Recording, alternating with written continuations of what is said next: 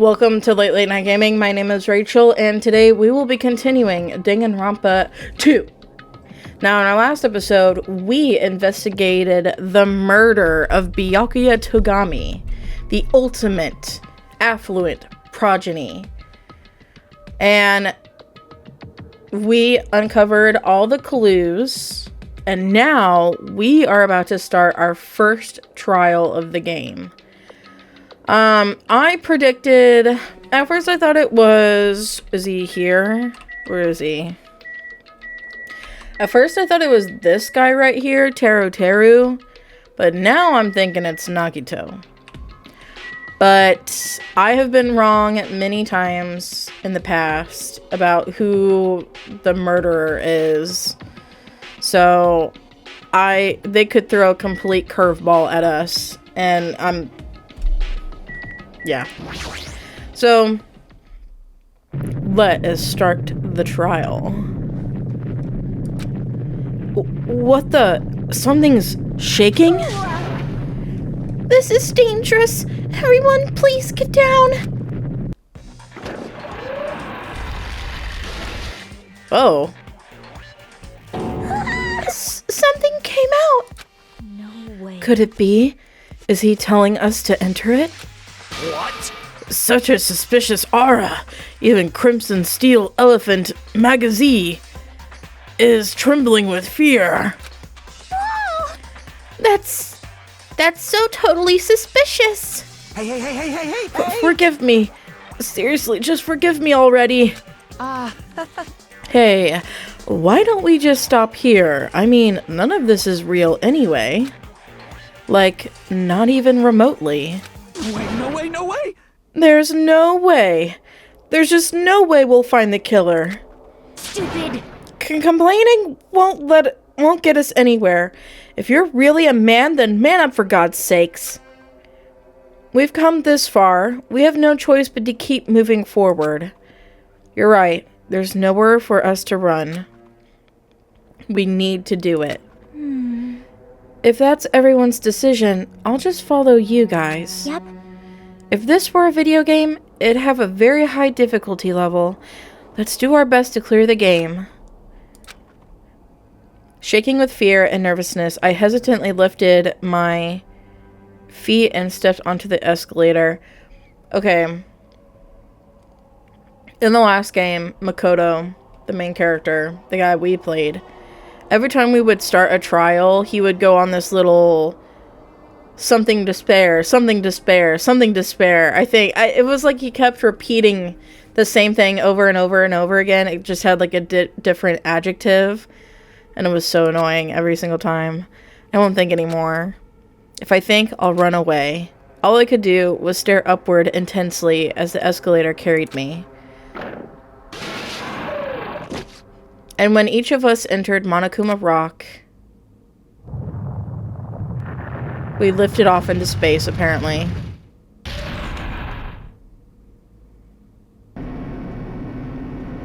Huh? This is an elevator? I see, this entire rock is an elevator. Once again, Monokuma is doing what he pleases. However, if he's gone this time and made something like this, I don't think he's playing around. Even so, we're going pretty deep. You're right. I heard an unnerving chattering sound inside my head. I soon realized it was the sound of my teeth. All I could do was pursue my lips tightly so everyone else couldn't hear it.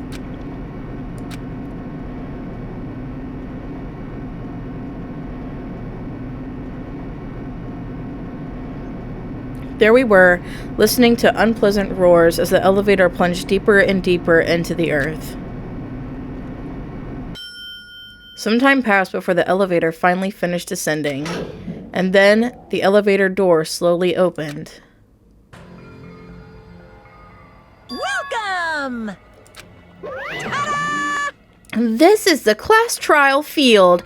How do you like it? It's a special place that will decide your fates. Why, you? What the hell is he thinking? Locking us in a shitty-looking place like this. Don't Don't fuck with me! Are you fucking crazy? Don't mess with me, asshole. Complain all you like. I'm used to it by now. Come on, you're wasting your time and energy. Hurry up and take your seats where your names are written. It looks like everyone knows. Even if we try to resist, it won't change a thing. Just as Monokuma ordered, we'd walked toward the seats we had been assigned. From this point on, we need to find out who killed Byakuya. I still cannot believe he's dead. I cannot believe he is dead. The ultimate affluent progeny, Byakuya Tagami. He was overtly critical, arrogant, and condescending. But he also had a strong sense of responsibility. As we were panicking, he accepted his role as leader and tried his very best to keep us together. A guy like him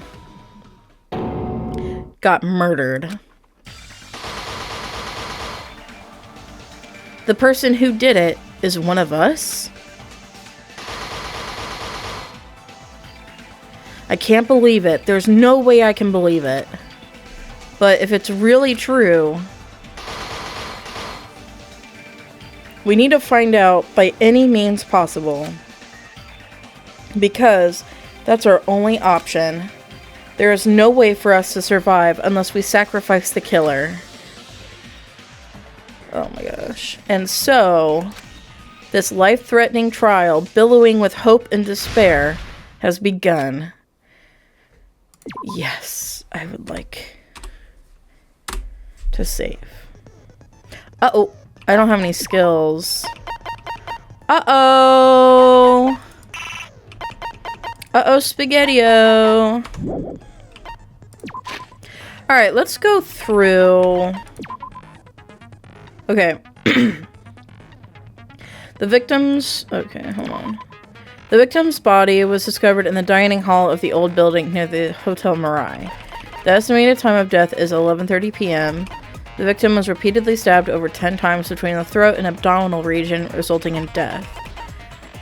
Aside from that, the body has no other external injuries and no chemicals such as poison were detected. The body under the table is face down as if Byakuya were reaching for something.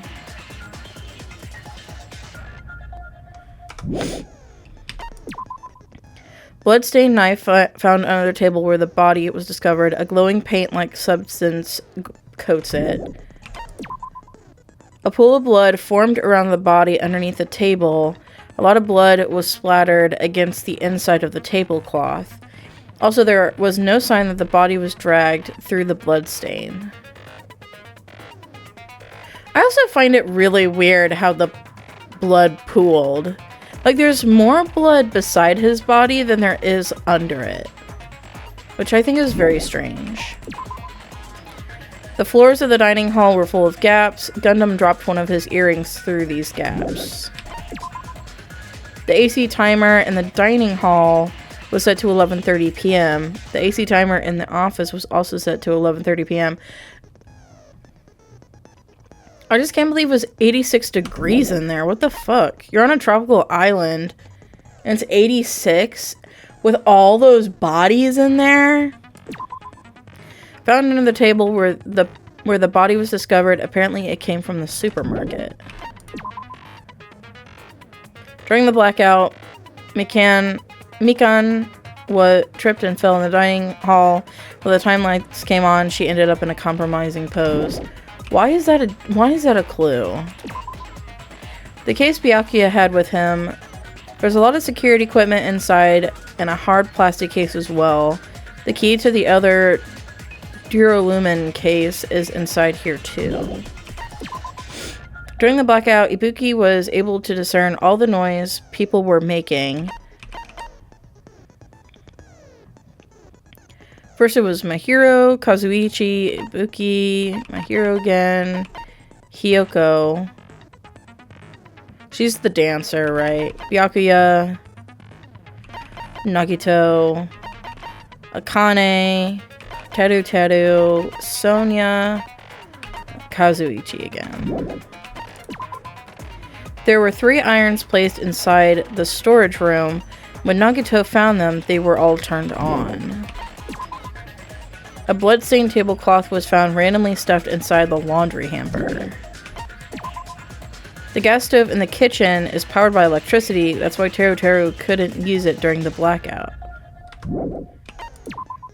Teru poured his heart and soul into cooking various party dishes. However, Akane and Pico were the only ones who ate them. If a fire breaks out, the fire door in the hallway of the old building can be shut to keep the fire from spreading. The knife found at the crime scene was not included on the kitchen's equipment list. All the dangerous equipment that could be a potential weapon was confiscated by Byakuya. Apparently there is an iron plate for barbecue and a portable stove for cooking hot pots. When Chiaki was standing guard outside, Fuyuhiko apparently came to the old building, then walked away. A threatening letter that was found inside Byakuya's room. Be careful, the first kill will happen tonight. Someone will definitely kill someone. The author of this letter is unknown. During the search for Byakuya after the blackout, Kazuichi headed straight to the office. He didn't see anyone there, including Pico. According to Mikan's autopsy, Byakuya sustained several puncture wounds to his chest and abdomen. The wounds were inflicted by a thin, sharp weapon roughly 5 millimeters in diameter. Nekomaru kept trying to use the bathroom since before the party started, but someone was using it the whole time. He was able to enter the bathroom after Byakuya's body was discovered. Okay. Change difficulty. No. Finish preparations. Yeah. Now then, let's begin with a simple explanation of the class trial. Oh my gosh, she's swinging back there. You will present your arguments for who the killer is and vote for who done it. Also, I think these trials are fully voice acted, so I'm not going to have to say much. If you vote correctly, then only the blackened will receive punishment. But if you pick the wrong person, I'll punish everyone besides the blackened, and that person will earn the right to leave this island. Such a cruel rule. Before we begin, I'd like to confirm one thing. Is there really a killer among us? Most definitely. There's no doubt that the blackened is lurking among you. Such a sad state of affairs, isn't it? By the way, this class trial is gonna be 100% fair, so there's no need to worry. I'm the type who hates favoritism and prejudice. Well, not as much as I hate Monami, of course. You hate me that much? Now, let's begin. You're telling us to begin, but what are we supposed to do? No complaining, let's just settle this with our fists. Were you even listening to the rules? Didn't that Byakuya bastard get killed in the dining hall, huh? Then everyone there is a fucking suspect. Yeah, what you're really trying to say is that you're not the killer, right? No shit. You guys went off on your own and started killing each other. This has nothing to do with me. Huh? What does that mean? Anyway, why don't we try talking about the most pressing issue on our minds?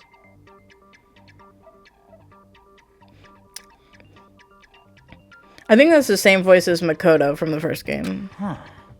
The most pressing issue on our minds? Where we found the body. It's very strange to find a body underneath a table. Then, let's start with that mystery. The reason why Byakuya's body was discovered on the dining hall table, we can start with that, but ultimately we need to find out who murdered him. If we can't do that... Now, thinking about if is a waste of time. We have to do this no matter what. So the class trial has finally started. From this point on, I will provide simple tutorials at every important moment. I'm sorry, but please excuse my ear-tainting rudeness. As things progress during each class trial, you will engage in a number of non-stop debates. During these discussions, all of your classmates will speak one after the other without any breaks. It's up to you to reveal any lies or mistakes contained within their statements. This means you'll have to use your truth bullets to refute what they say. Out of all the truth bullets you find... During your investigation, only the relevant ones will be loaded into the truth cylinder. Use the mouse to move the reticle, then fire with the left mouse button. Pay close attention to each character's statements and choose your truth bullets to blast the right ones. Note that if you run out of time, you will automatically fail, so please be careful. If you press the escape key during these arguments, you can review the controls. Well then, good luck and have fun.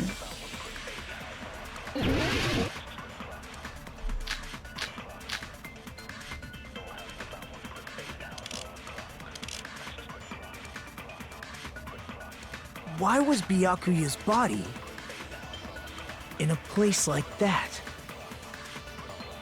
His body was underneath the table at the very back of the dining hall. After the killer murdered Byakuya, they probably moved the body there. Huh? Why? Okay, I think that's a... Obviously by hiding the body. They tried to delay its discovery! Like a dog burying a bone!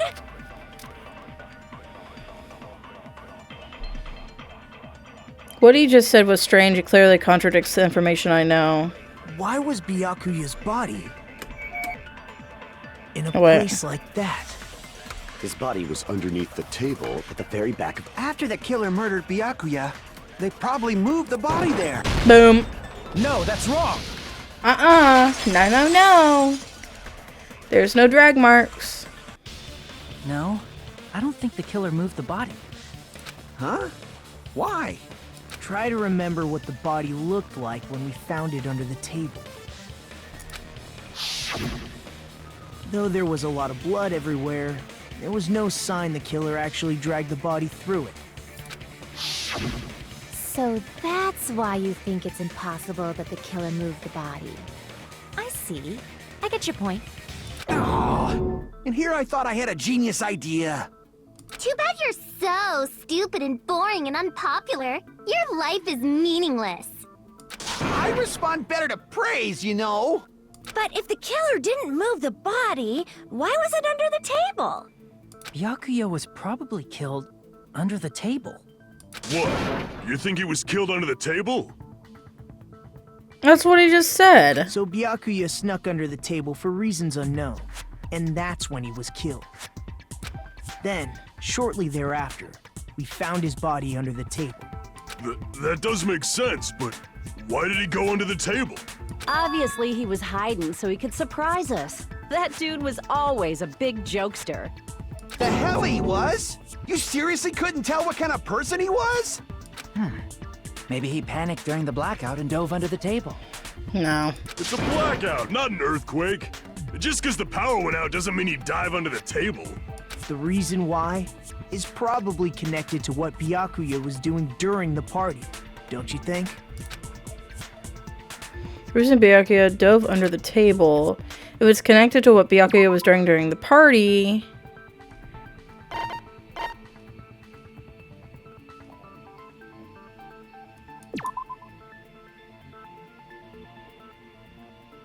Is this it? Okay. Crap!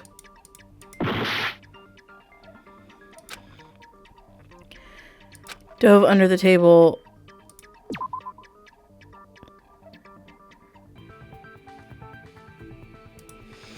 Oh my god, it's fucking knife. I can prove it with this! It probably has something to do with the knife we found under the table. See, to me, it's like the way it was worded, I felt like it was something that Byakuya was doing. He wasn't doing anything with the knife. Knife? Oh, you mean that thing that obviously screams, "I am the murder weapon!" Byakuya probably noticed the knife was hidden there. So in order to get it, he moved under the table. He was particularly sensitive to the presence of dangerous items, so I cannot deny that possibility. But how did he notice that there was a knife under the table? If he knew beforehand, he probably would have done something about it before the blackout, right? Then, instead of knowing about it beforehand, maybe he saw it right at that moment. Like, for example, he might have seen someone trying to take the knife out from under the table. No, that's not possible. What? You seem rather confident about that. Of course. I have proof to back me up. This is almost like a real trial! There was only one weak spot, but from this point on, there will be various weak spots standing in your way. No matter how many weak spots there will be only one lie or contradiction in the debate at a time. This means there will be false weak spots. If you shoot a false weak spot with a truth bullet, not only will you fail to refute what was said, but you'll also lower your trust with everyone, and your influence gauge will take damage. You'll fail, so please be extra careful. You'll have to rely on your own logic to determine which weak spots are actually lies or mistakes.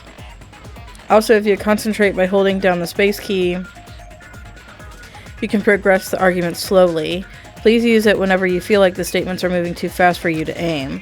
However, this does consume the focus gauge, so please be careful. If you press the escape key during these arguments, you can review the controls. Well then, good luck and have fun.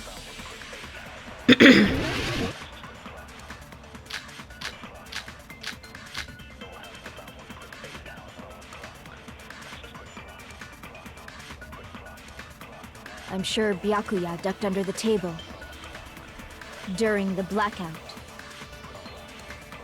That sounds correct. If that's the case... During the blackout, Mr. Ham Hands must have seen the killer take the knife. But it was super pitch black! It was so dark I couldn't see my food. Byakuya couldn't see in the dark either. No, that's wrong!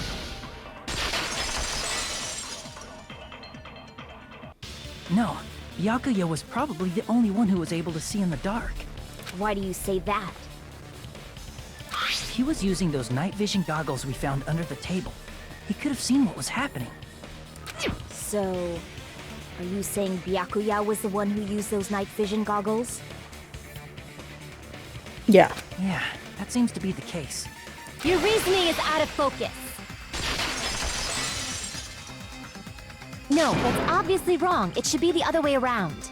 The other way around? Seriously? The killer used those night vision goggles, not Byakuya.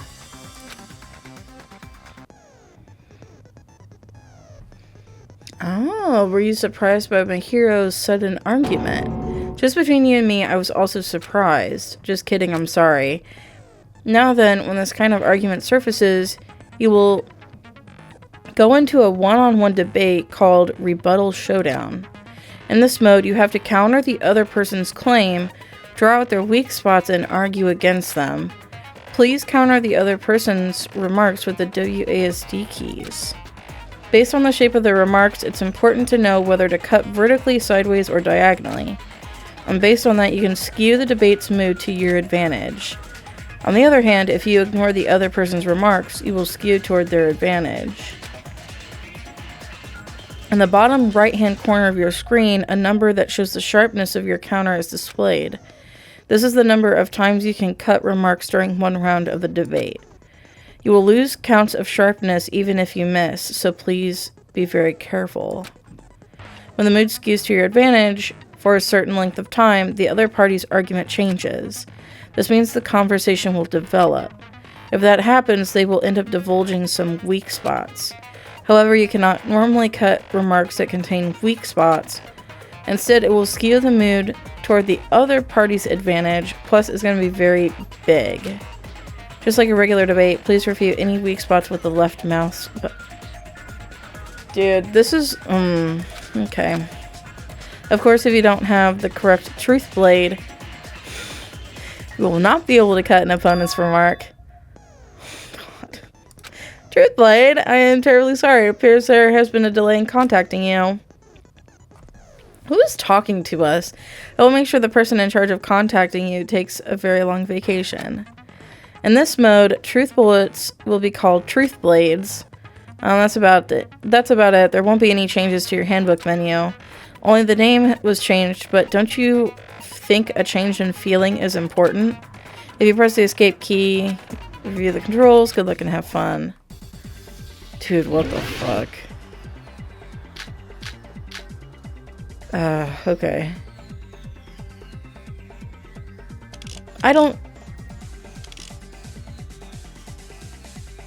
If you just use common sense. The killer obviously used those night vision goggles. That's gotta be it. Damn it! What? If you just use common sense. The killer obviously used those night vision goggles. That's gotta be it. Damn it! Okay.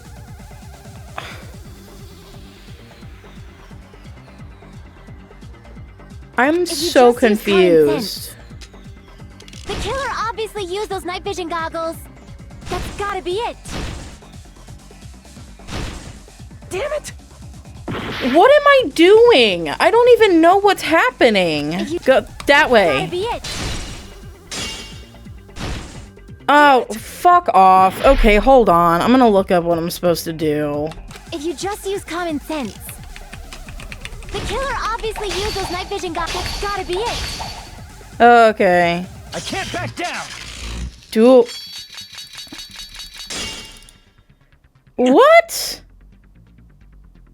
If you just use common... The killer obviously used those night vision... That's gotta be it! Where's your proof that the killer used them? Because if they used night vision, then they could have killed Byakuya even in the dark! I mean, in reality, that's what... So those goggles were planned in advance. The killer brought them to the crime scene! I found a hole in your argument. Because if they used night vision, then they could have killed Byakuya even in the dark! I mean, in reality, that's what happened. So those goggles were planned in advance. The killer brought them to the crime scene! Allow me to cut through those words! Ugh, this is so weird. I don't like that. No, Byakuya was definitely the one who brought those night vision goggles. Definitely? But why? Inside the Duralumin case Byakuya had with him during the party, we found a smaller case for storing the night vision goggles. Which means we can assume that the night vision goggles were kept inside that Duralumin case as well. Woohoo! I said assume! Ibuki never uses such clever language.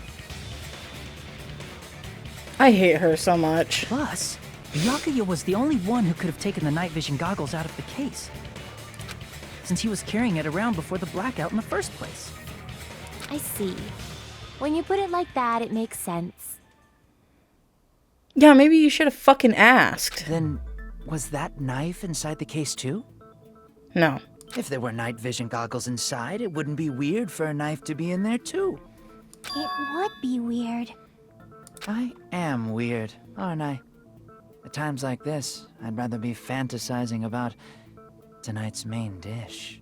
Ew! You totally mean that in a perverted way.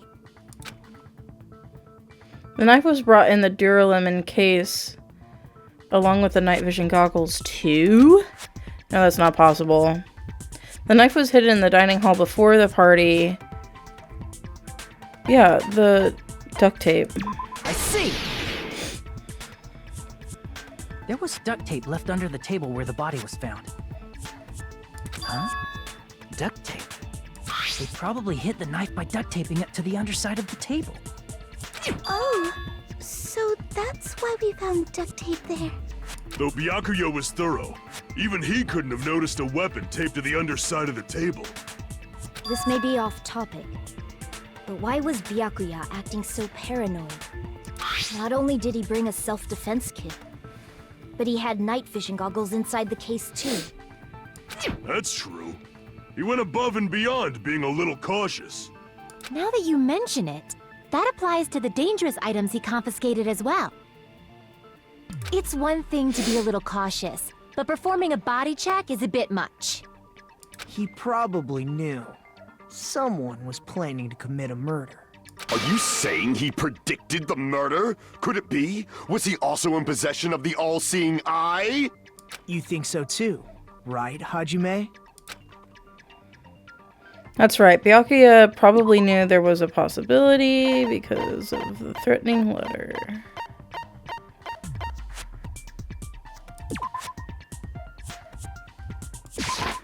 I can prove it with this. Everyone, can you please take a look at this?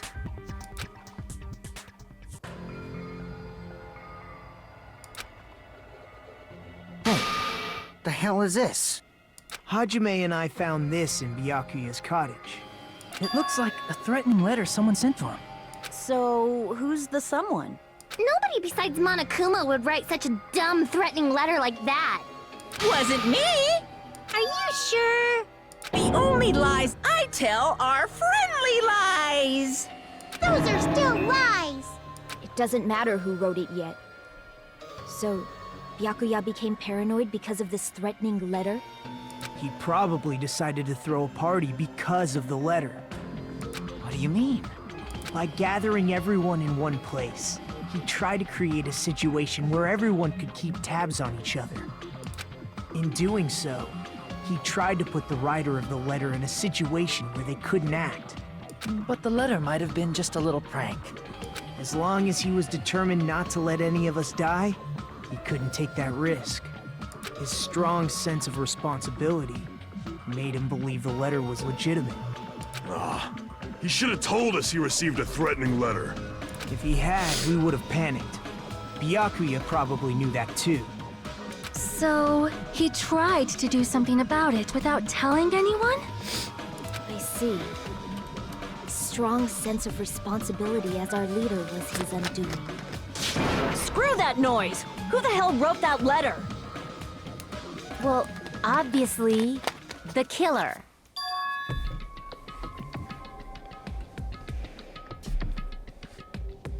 The killer? Is it really one of a... Yeah. Who is it? That's what we're trying to figure out. This is where the writing for this game gets a little tiresome. Because who killed Byakuya? That's why we're fucking here. Why are we even having these thoughts? Enough already! Show yourself, you coward! If they were willing to come forward, they never would have committed a murder in the first place. But I still can't believe it. Someone in this room killed Byakuya. There's no way I can believe that yet. Pardon me. Can I say something, please? Yes. What is it, Miss Sonia? Oh god. I regret that I must return to this topic, but I just realized something concerning the night vision goggles. If Byakuya was indeed wearing those goggles, how did the killer manage to navigate in the dark? Glow in the dark paint. You're right. They wouldn't have been able to see anything without the night vision goggles. But if the murderer had the goggles when they took the knife, then how did Byakuya see them? Even if the knife bore some sort of mark, it would have been difficult to see it in that darkness. And because of that mark, the killer was able to the glowing paint. I see! What if the glowing paint was the mark? With that, you'd be able to get the knife even in the dark. In actuality, the knife we found under the table and the duct tape stuck to the underside of the table were both marked with glowing paint, right? But doesn't it need to be exposed to light in order for it to work? Oh, I wonder if that lamp is going to be part of it. Does that mean the killer painted them in advance? But painting them with glowing paint? It's as if they knew the blackout was going to happen. They had to have already known. That's why they used the glowing paint as a mark. Which means whoever set up the blackout is the killer. No fucking shit. That seals it. The killer is whoever was in the office with the circuit breaker.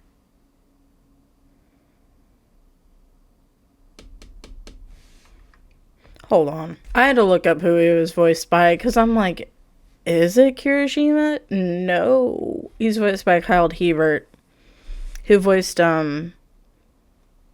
Kiba Inuzuka in Naruto. I'll look at all of these voice actors I'm recognizing. Which means it was you, Peko Pekoyama!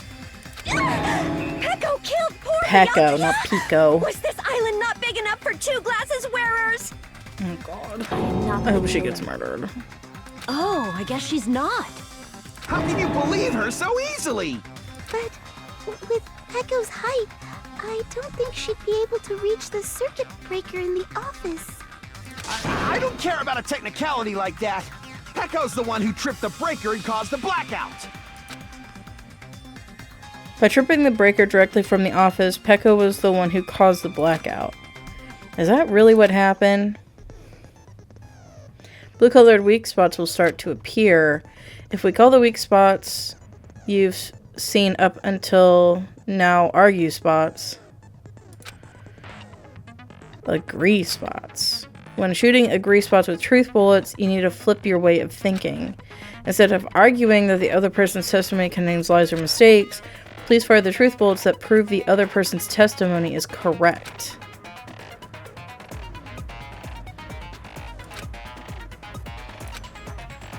Infer whether it's best to argue or agree based on what's being debated.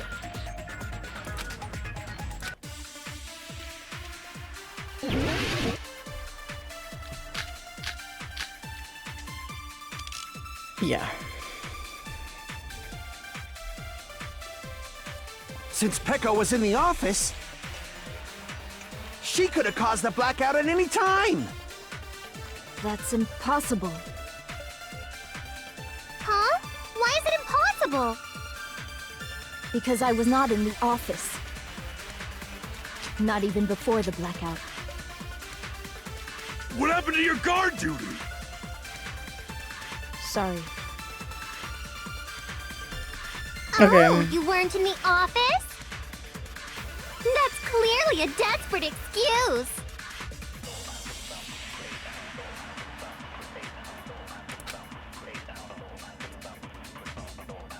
Yeah, it's okay. I know where to shoot it at.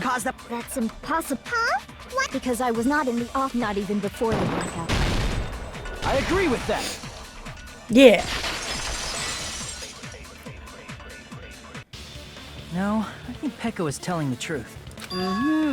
Don't tell me you're crushing on Peko. It's nothing like that at all. Nekomaru's account is actually Peko's alibi. I've been trying to use it many times, but the door just won't open at all. It's true. Someone was occupying the bathroom for a long time shortly after the party started. And it was finally freed up after Byakuya's body was discovered. Then the person who was in the bathroom that whole time was actually... Everyone else besides Peko was in the dining hall after the party started, right? I see. So there's no way anybody else could have locked themselves in the bathroom except Peko. I guess that would be true. You locked yourself in the commode? You should have said so earlier. There's no way she'd actually say that. Gosh, you're so insensitive. If she locked herself in the bathroom for that long, there's no doubt. It's shit. What is up with this guy? Oh, there's no way she'd admit it. There's no way she'd admit she was taking a shit. Hey, weren't you guys taught any basic manners, or were you raised in a locker room? Locker room. I'm sorry. It's fine. How about we stop talking about this and move on to something else? Don't worry, the smell wasn't that strong. I used the bathroom right after you, so you can trust me. Oh my god. I said it's fine. But still, you were in the bathroom for a really long time. Did you get food poisoning or something? As soon as I stepped into the office, I felt this sudden rush of pain in my stomach. Because of that, I was unable to leave the bathroom, including when the blackout occurred. Hey, how did it feel to do your business in the dark? Did you get excited? What? Seriously, stop it. But still, your stomach pain. Was that really just a coincidence? Hey, Hey, what's the deal? Don't butt into other people's business, especially if you didn't do any investigating. I'm only butting in because you fucking idiots are out of your element. Stop this childish nonsense. Just what do you mean by coincidence? What I mean is it possible someone slipped her some laxatives? Laxatives? See, me and Fuyuhiko, we're on the same wavelength. If so, the killer could have tripped the breaker as soon as that girl left the office, don't you think? I see. That might have happened. The question is whether Pekko's stomach ache was a coincidence or if someone intentionally caused it. Depending on the answer, the outcome of this trial could change drastically. Oh, the food. Party dishes.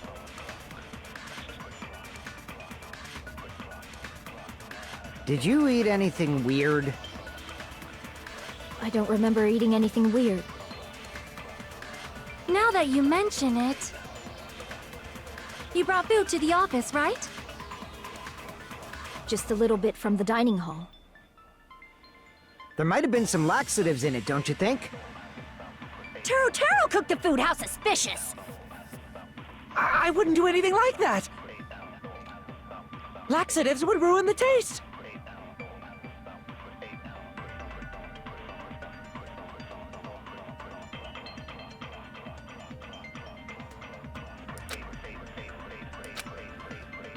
Did you eat anything weird? I don't remember eating anything weird. Now that you mention it... Wait, which one am I supposed to You brought shoot? food to the office, right? Just a little bit from the dining hall. There might have been some laxatives in it, don't you think? No, that's wrong!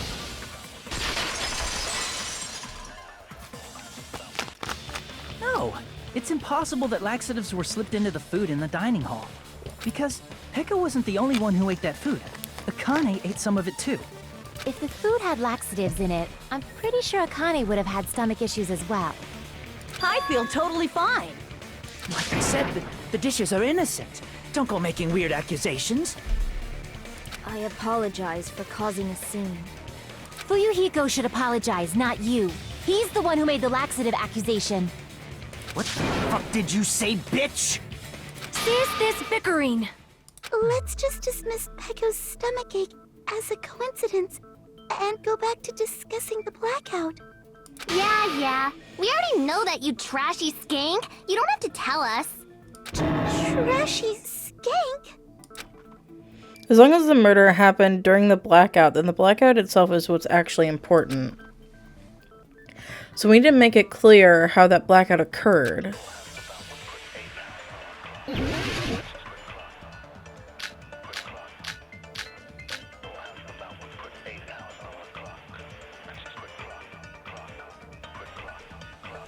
Wait, what were my options? And how did they do it? If you can't answer that, I'm gonna bop you on the head. Did they throw a stone and hit it? Maybe they used a remote control? They probably messed with the breaker.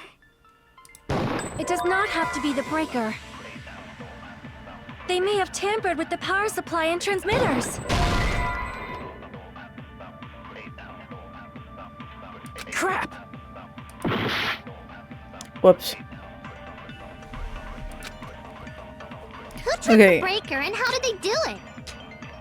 If you can't Nekumara, answer that, I'm gonna bop you on the head. storage room tablecloth. Did they throw a stone and hit it? Maybe they used a remote control? What is,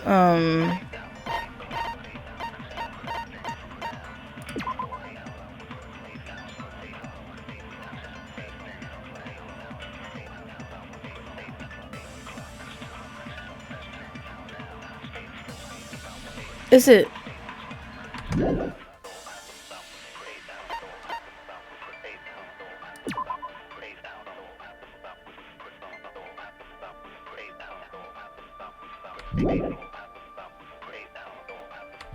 Is it Teru's account? They probably messed with the breaker. It does not have to be the breaker. They may have tampered with the power supply and transmitters. Or maybe they caused a power surge? No, that's I bet it. it's really Monokuma's fault. That's it. By the way, I'm not a trashy skank. The power surge.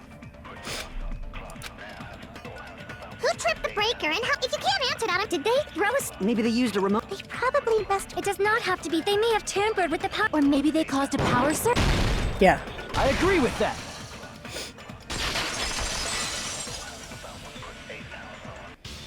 It's just as Mahiru said.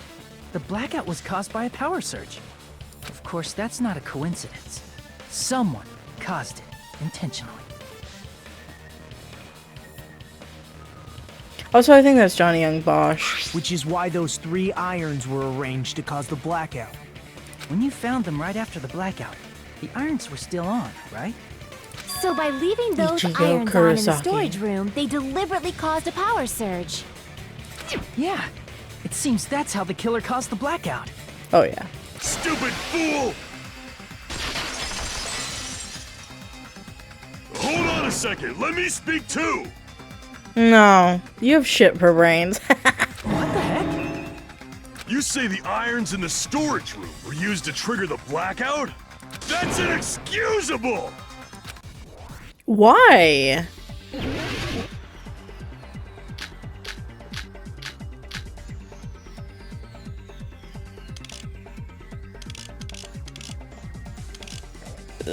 AC timer, maybe? If the irons in the storage room caused the blackout, then for the killer to turn the irons on, you're saying they went all the way to the storage room? And that means everyone who was in the dining hall when the blackout occurred can't be a suspect.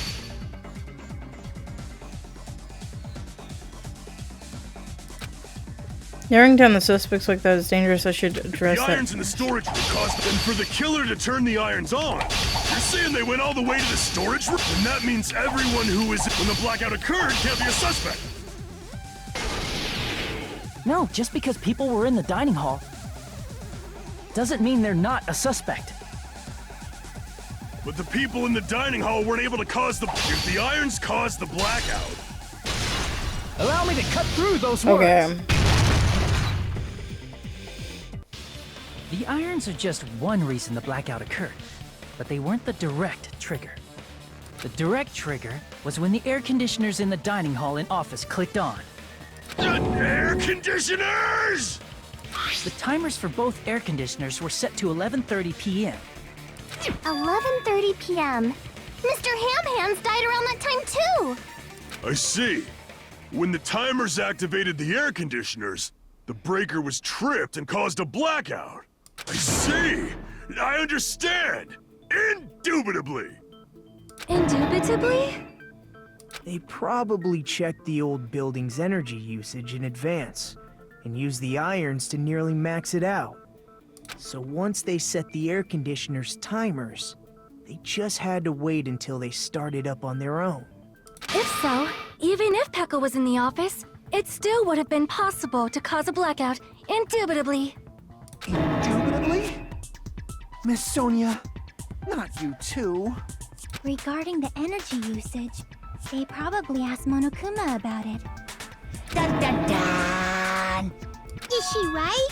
Such a hateful bear. You deserve to die 1,000 deaths. 1,000, you say? If I died that many times, I might really stay dead, you know? Shut up! You guys just stay quiet! I couldn't have prevented the blackout even if I was in the office. But even so, I feel regret. If I was in the office, I could have reset the breaker in time. And maybe the murder wouldn't have occurred. No, the breaker in the office was built into a high area of the wall that's impossible to reach.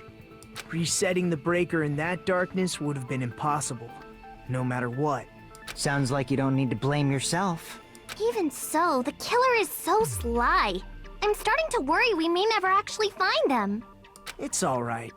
You don't have to worry. Because they're just a petty killer, right?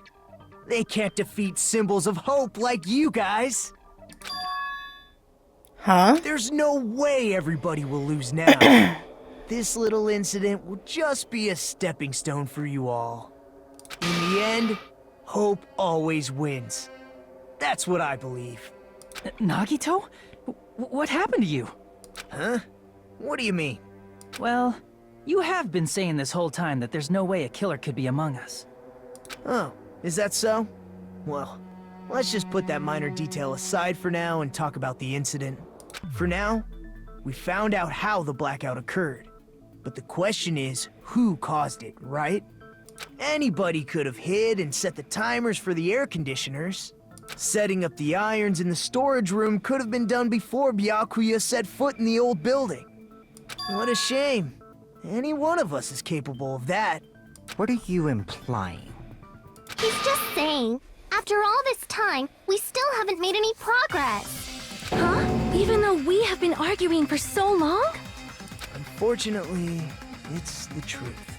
Despite the fact that we've discussed this at length, there's not even one clue that leads to the killer. But that might be because there's no way any of us could be a killer. You're changing your story again? Anyway, I have an idea about what we all should do at this point. Has anyone thought about our situation like this?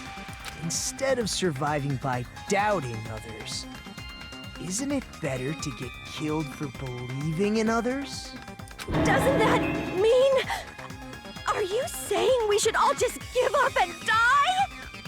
Nagito, there's definitely something wrong with you. You guys only think there's something wrong with me because there's something wrong with you. Suspecting each other like this. There's no way that's healthy behavior. Let's stop this already. We don't have to find out who the killer is. I can't stand this anymore. I don't want to do this to my friends. I don't want to do this either. Me too! Please, take me home already! I want to go home and eat candy! Ew! Stop it. If everyone acts I thought like that was this... vomit coming out of her mouth. Everyone calm down. We're all friends, aren't we? There's no way one friend would murder another. Then why did Byakuya die? Who cares? Let's just give up already. There are no clues that lead to the killer anyway. Not a single one. That's wrong. I think. Did you say something? 'Cause we've already found a clue that might point to who the killer is. A clue, you say? You know who the killer is? The killer? I don't know. But we do have a clue about a suspicious person. I think. I see. Then care to tell me, what's this clue you're talking about? First of all, let's try thinking about how the killer was able to obtain the knife during the blackout. Didn't we already cover that?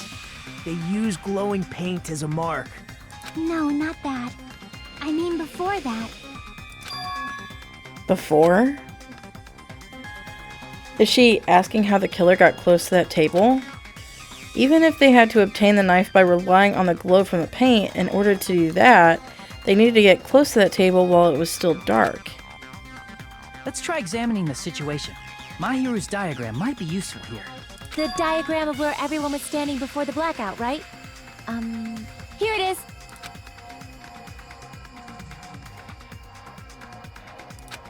Just as I thought, the diagram is the clue. Who the killer is and how they were able to move to the table in the dark. That's clearly shown in this diagram. First, we need to discuss how the killer was able to move to the table in the dark. The killer probably used something to help them move in the dark. Here! Oh. That's new. The killer must have used the desk lamp to move to that table in the dark. The desk lamp? I hope you don't mean they turned on a light or something. No, you dimwad. There was a blackout. There's no way the killer could have used the desk Probably lamp. the cord. Of course, there's no way they use the desk light and the power cord. I can prove it with this. They didn't turn the desk lamp on. They used its power cord. Power cord? They could have felt their way to that table using the power cord, right? By doing that, the killer was able to move to the table, then use the glowing paint to find the knife. And there's only one person here who could have done that.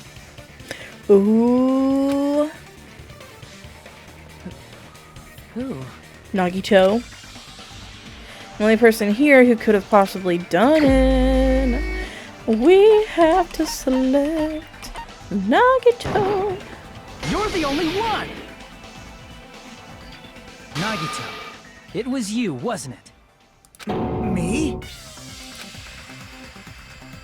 Judging from everyone's positions before the blackout, the only person near the power cord was you. Which means the only one who could have felt their way to the table using the power cord was Nagito! That's just a coincidence. But still, you had a chance, right? A chance to hide the knife under the table? Nagito's chance when he was cleaning.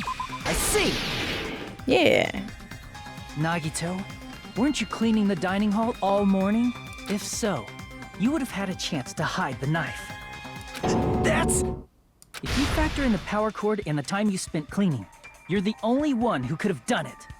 Seriously! That's all just a coincidence! If it was just one coincidence, it'd be fine. But when it's one right after another, I wonder, is something like that even possible? Could it be? Did you give yourself cleaning duty on purpose so you could hide the knife under the table? Now that you mention it, Nagito did prepare the drawing to pick who cleaned the dining hall. Mm-hmm. To be honest, I already prepared a drawing because I assumed something like this would happen. To go to the trouble of preparing this, just what did you think would happen? Yeah, the red mark on the chopstick. You rigged the drawing, didn't you? That's how you got picked to clean the dining hall, isn't it? I don't know if you're the killer or not, but regardless, it proves that you're suspicious, right? If that's the case, that strange speech you made earlier, that was part of your plan too. You got us to lower our guard and tried to hide the fact that you did it, didn't you, you motherfucker? Well, just admit it already! Nagito, tell me you object to this. Frankly, I don't want to believe it either. We investigated together. You were so kind. I can't believe you're the one who killed Byakuya. Nagito, say something!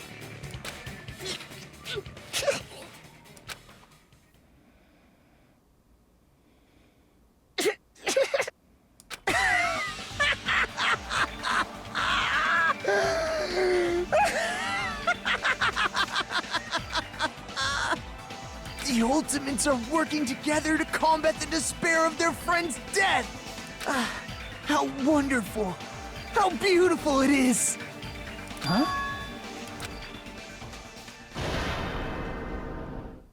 Those eyes. Ew. At the moment, Nagito's eyes. The darkness in his eyes shone brightly as if layers upon layers of darkness were folding into each other. As if hope and despair had been crudely mixed together. Let's cut to the chase. You're correct. It was my doing all along. I'm the one who hid the knife under the table before the party started. I'm the one who used the power cord to find my way to the table in the dark.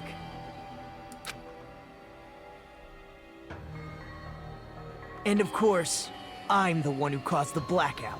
After all, there's no way I'd knowingly whip out a knife in front of everyone, right? Is it just me, or does he seem a little nuts right now? But I never expected Byakuya to have night vision goggles. Because of that, we had ourselves a little scuffle under the table. And, well, You all saw how that played out. But with a twist ending like this, I think we can all agree this ended up being a very interesting mystery. Byakuya performed admirably. Just stop it already! Seriously! What the hell happened to you? Don't tell me. Is this your true nature? Were you lying to us this entire time? Me? Lie? That's outrageous! There's no way someone like me could ever lie to you guys. I understand better than anyone else that I'm ultimately worthless. I'm too arrogant to have dreams or cling to hope. I'm too disdainful to actually try at anything. I've made peace with the fact that I'm a lowly, stupid, insignificant human who can't do anything right. Holy crap! He's totally the type of guy who spent his childhood killing neighborhood pets! He seems like the sort of person whose eyes light up while watching Friday the 13th. Just like me. That's quite the hobby you have there. But, like, now's not really the time to bring it up. This guy, is he the real Nagito? Hey, Nagito! If you were behind all of this, then did you also send that threatening letter? Yep, I sure did. There's nobody else on this island whose handwriting is that painful to look at, right? But why would you send a threatening letter in the first place? I think somewhere deep in my heart, I was probably hoping to find someone who would stop my evil deeds.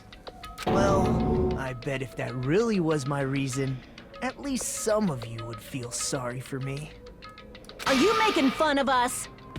By threatening Byakuya, Nagito was likely able to manipulate his actions.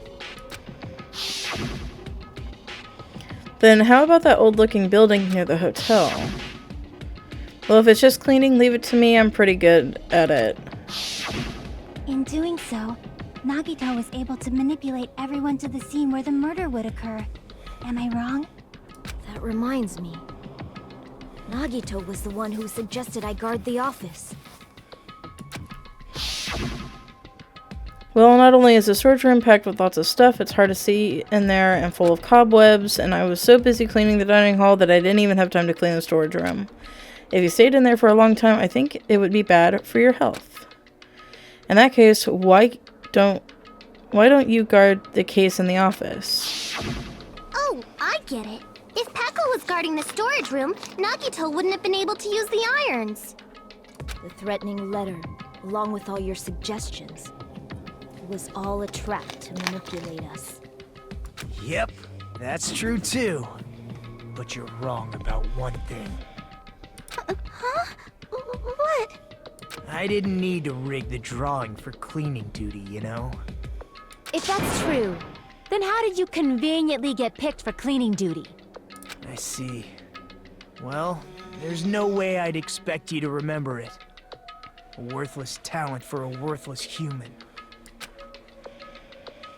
Nagito's talent. I believe his talent is the ultimate lucky student. I see! You're the ultimate lucky student. Then, did you? That's right. I just trusted my luck. I trusted I'd be picked for cleaning duty. You just relied on your luck? It's not just luck. It's true my talent sucks. But I'm still the ultimate lucky student, you know? Huh? I'm left with a red mark? For someone called the ultimate lucky student, you don't seem very lucky right now. At the time, Hajime said I wasn't lucky. But it was actually the opposite. I was lucky. That's why I got picked for cleaning duty. Just like I wanted. Enough. I don't care about that anymore. More importantly, why did you kill Byakuya? Answer me! Byakuya was a very capable leader. For someone like him to get killed? Oh, the despair it brings. It's only fitting that you symbols of hope should use his death as a stepping stone to shine even brighter. That was my only motivation. You're not making any sense! Fine, let's start the damn vote already. I'm ready to fucking kill this psycho. Please, Monokuma! Please, wait! Huh? The fuck? How should I put this? Is Nagito really the killer? What are you saying? He's already confessed, hasn't he? I already know that, but there's just something a little strange. If it's only a little, then keep your mouth shut. Your ugly face is stressing me out. It makes me want to puke. She is so mean. I'm sorry. For now, might I suggest we listen to what she has to say? But we know who the killer is. Simply listening is acceptable. However, I won't allow this to end with mere play. Now then, let us lift the curtain for our bloody spectacle. From this point on, lines of white noise will appear to disrupt your reactions. Your truth bullets will disappear if they touch these lines, so think of them as obstacles in your debate. Please time your truth bullets just right so they won't get interrupted by the white noise. By the way, if the difficulty is set to gentle, white noise won't appear at all. In that case, all it means is this explanation. Did it mean anything at all? It had no meaning whatsoever. Oh, please don't worry, I'm not going to fall into despair. Even though it's meaningless, allow me to say one more thing. In this debate, you won't be able to shoot down the white noise. That will be explained later. If you press the start button during these arguments, you can review the controls. Well then, good luck and have fun.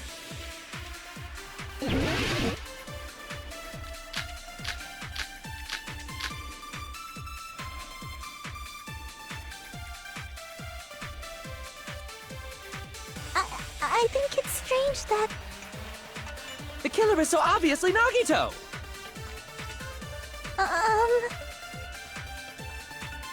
He has already confessed. You know... That bastard Nagito is the one who did it. He killed Byakuya with the knife he hid. Oh, never mind. Thanks for wasting our time, skanky bitch! I bet it's the autopsy. Cast our votes.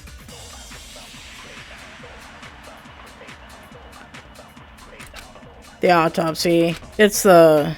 I think The killer is so obvious. He has already confessed. you know... That bastard Nagito is the one who did it. He killed Byakuya with a knife. No, that's wrong!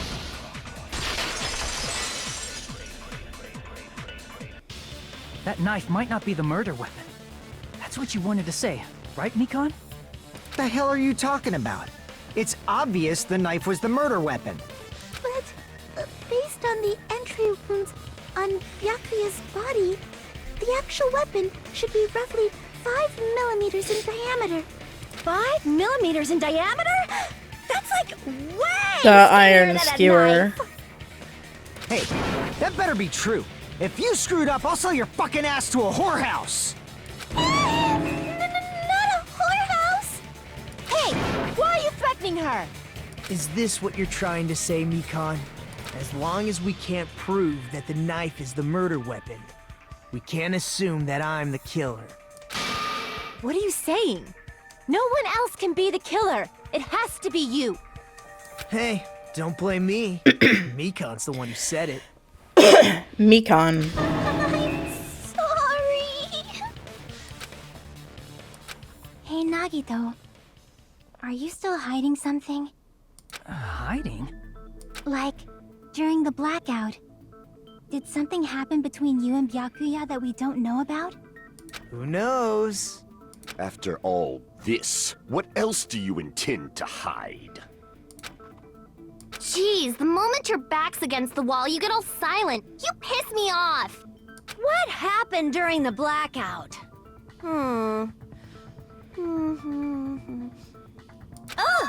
If you cross your eyes like this, it gives you double vision.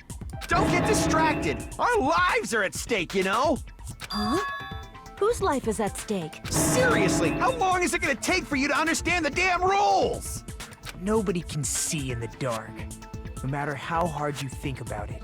The truth is beyond your sight. Don't you think that's a pretty clever metaphor? Despite the fact that it came from me? No, that's not it. Not it? What's not it? The truth is beyond our sight. No, that can't be it.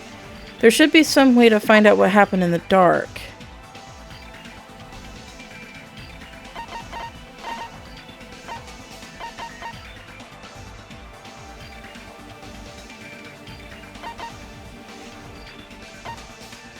Wait, what? There should be some way to find out what happened in the dark.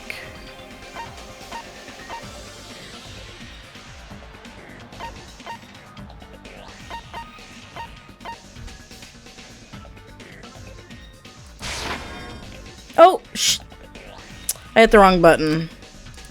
Crap! My bad.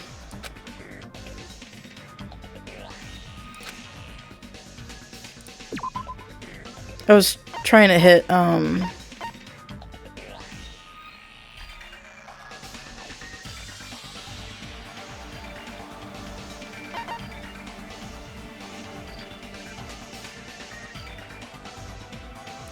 Is it this again? No, this. I can prove it with this. Even if we couldn't see what happened in the dark, I'm pretty sure someone could have heard it. Isn't that right, Ibuki? For reals? Don't act You all were the so one who told me, surprised. remember? How everyone was shouting during the blackout?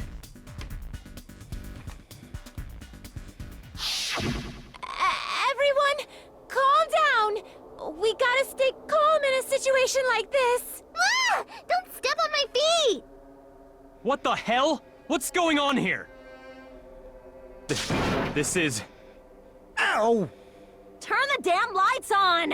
I can't eat like this, you know. You guys? Where are you? Wasn't the blackout just in the kitchen? Perhaps the breaker overloaded? Hold on a sec. I'll go along the wall and do something about it. Such perceptive hearing. Impressive. I'd expect no less from the ultimate musician. It's a good thing your ears are awesome because your face, style, figure, and personality totally suck. You've got me deep with your knife of truth. However, after hearing what Byakuya and Nagito said in the dark... What the hell? What's going on here? This is... Ow! It almost sounds like Byakuya fought back against Nagito or something. Well, that's actually what happened. Huh? As a sign of respect for Ibuki's talent, I have a small confession to make. Oh, my back's starting to hurt. I was actually shoved out from under the table by Byakuya. He shoved you out? Just as the blackout occurred, I hurried to duck under the table and grab the knife.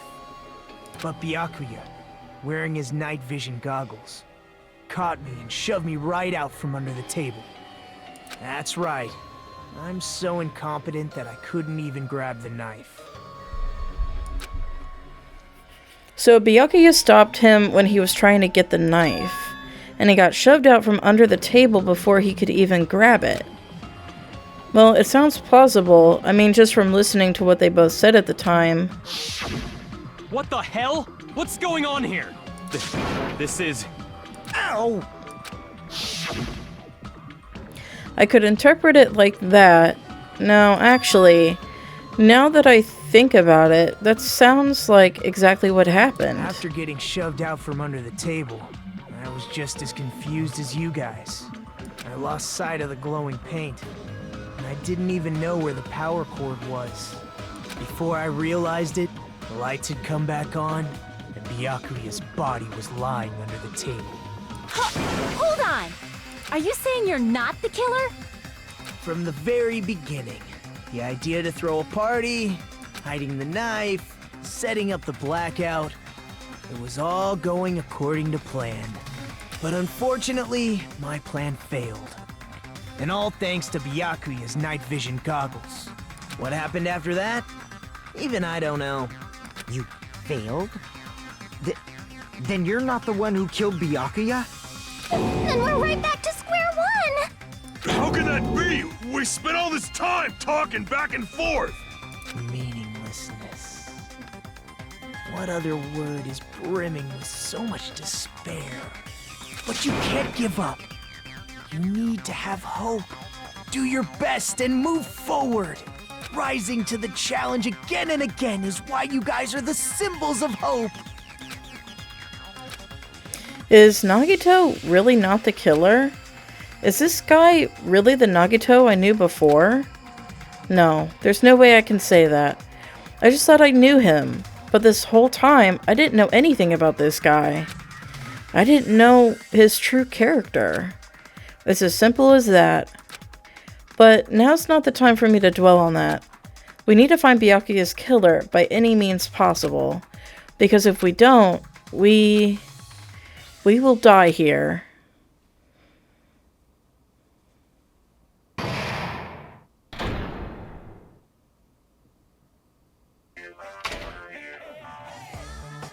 Well now.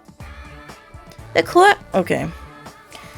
The class trial has reached its climax, but okay, here's a question for you. What's this? To those of you who figured out who it is, how about you try the Guess the Killer challenge? Whoever fails to guess the right killer will have their save data melt away like butter. But if you guess right, I'll reward you with $10 billion. 10 billion? Of course, for those of you who don't know who the killer is, you can just continue on. Now then, what are you gonna do? Wait, my save data gets...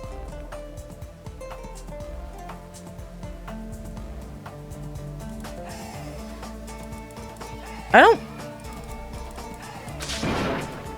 You can't make a choice. There's no way you'd be able to guess who the killer is. And of course, there's no $10 billion either. You're so evil! I was like, what? I don't know.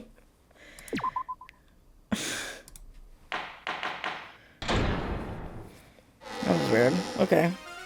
I'm Monami, and my heart is throbbing like crazy right now. The group's leader, Byakuya, got killed, and his killer is among this group of students? No, I'm not gonna believe it. I'll never believe it. 'Cause I believe in everyone. So do your best, and don't forget to save regularly. Well, what now?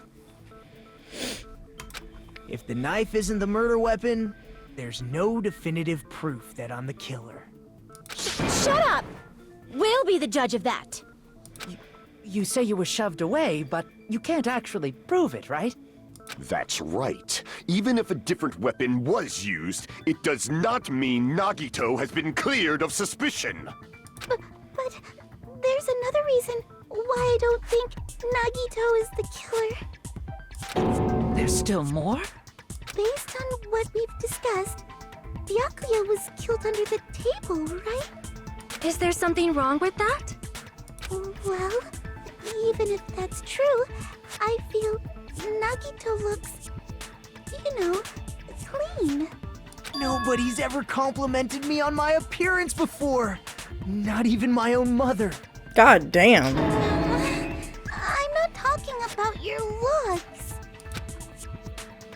Why does Mikan think Nagito looks clean? see! Are you trying to say something like, why didn't Nagito have any bloodstains on him? Yes, that's it. Because under the table, there was a lot of blood splattered everywhere, right? There were even bloodstains on the inside of the tablecloth. If he stabbed Byakuya to death, it's strange he did not get splattered with an appropriate amount of blood. I didn't get any blood on me? That is weird. You just used something to block the blood, didn't you? Something that might have been used to block the blood splatter. What do you think it could have been? I guess we did see something I could have used. Isn't that right, Hajime? Yes, there's only one thing he could have used, and it is...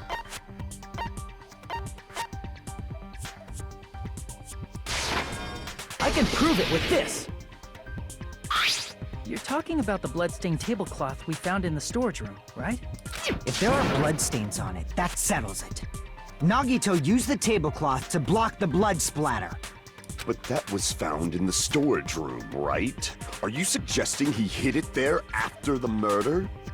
You mean after the lights came back on? What would he have done if we'd seen him? That's true. The tablecloth was pretty big. So even if you tried to hide it and take it with you... Wearing a tablecloth, going under the table, getting a knife in a blackout, and stabbing someone. That's not just impossible for someone like me. Wouldn't it also be impossible for you guys too? Then, what does it mean? Maybe the killer didn't necessarily stab Byakuya under the table.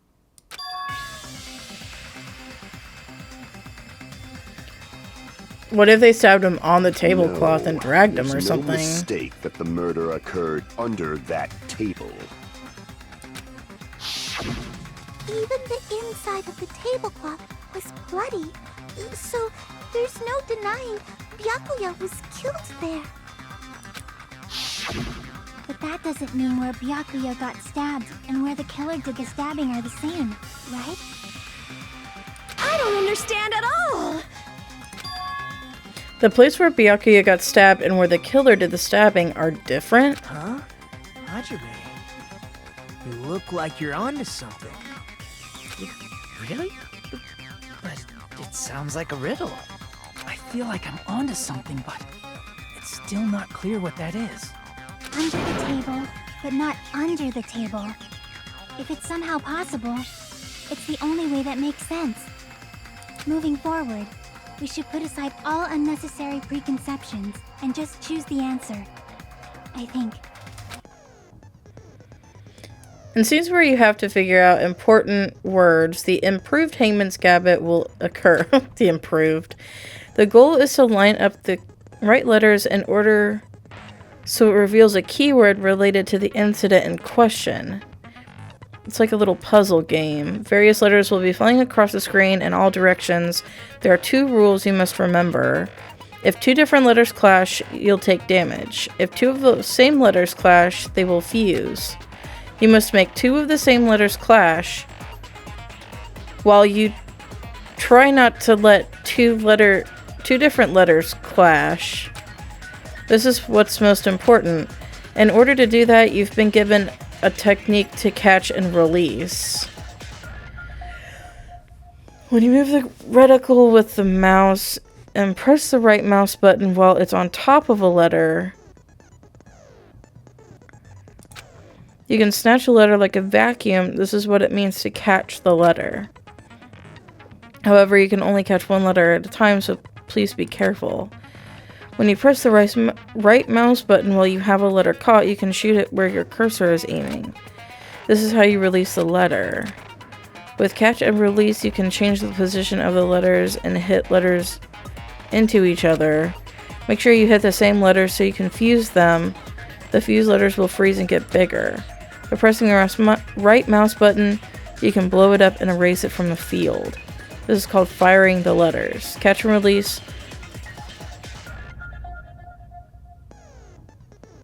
Okay, there's a whole lot of Yeah. However, if you just erase the letters, you won't be able to clear the game. Ultimately, the main goal... Display the question with a tab key and figure out what keyword will answer that question. About lining up the keyword, instead of pressing the right mouse button to fire that letter, please press the left mouse button. If that happens at the same time the letter blows up, it will be sent to the keyword list. Okay, this is fucking ridiculous. If a sent letter is correct, it will fit in the keyword list. If it's not, the influence gauge will take damage. In order, based on flying letters, please think about the completed word. Also, if you leave a fused letter alone for a while, it will just blow up on its own. In that case, it will still damage you, so please be very careful.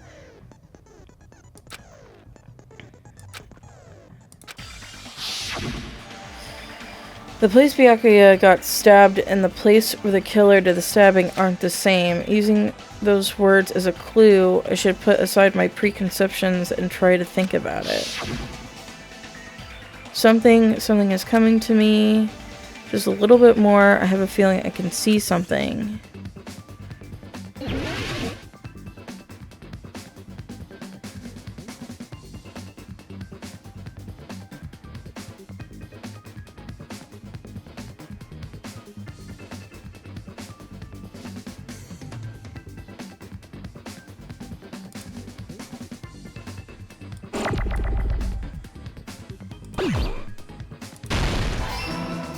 Under...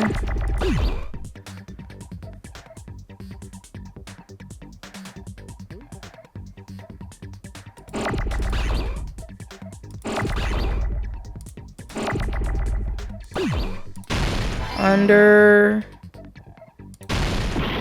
Oh, shit.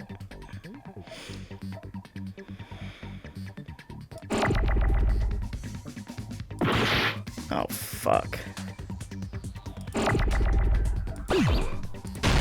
Under...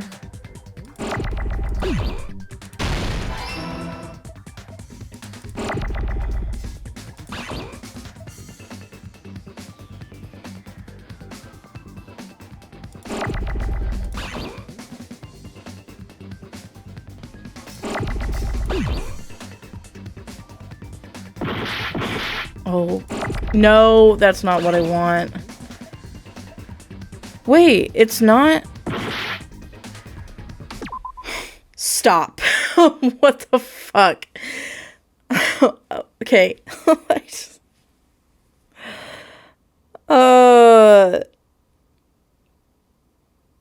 Did I get an F? Was that not it? Okay, so it was. Okay, I'm looking for an L.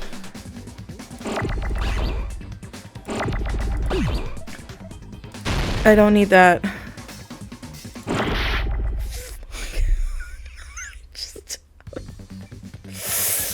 Dude, I'm like about to crash out. Oh, this game. Stop! I need a fucking L. No! What the fuck? Oh my god.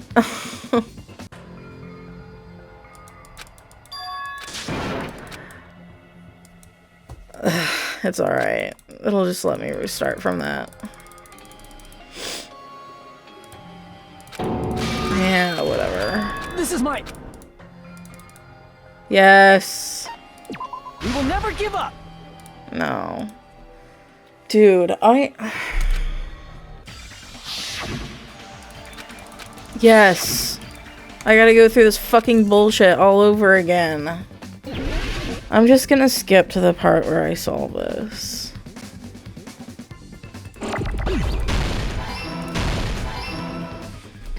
Oh my god, there it is.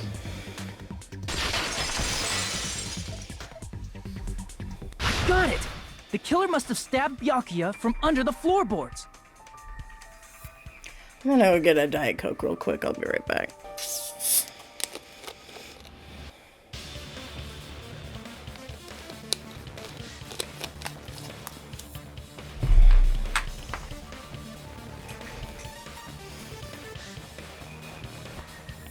Okay, I'm back. Under the floorboards? The floorboards in the old building are full of gaps, and there was no carpet laid out under the table. If they stuck the weapon through one of the gaps, they could have stabbed Byakuya to death. If so, that means the killer was able to get under the floorboards. But from where? And how? I don't know that yet, but I have a feeling there's someone here who does know.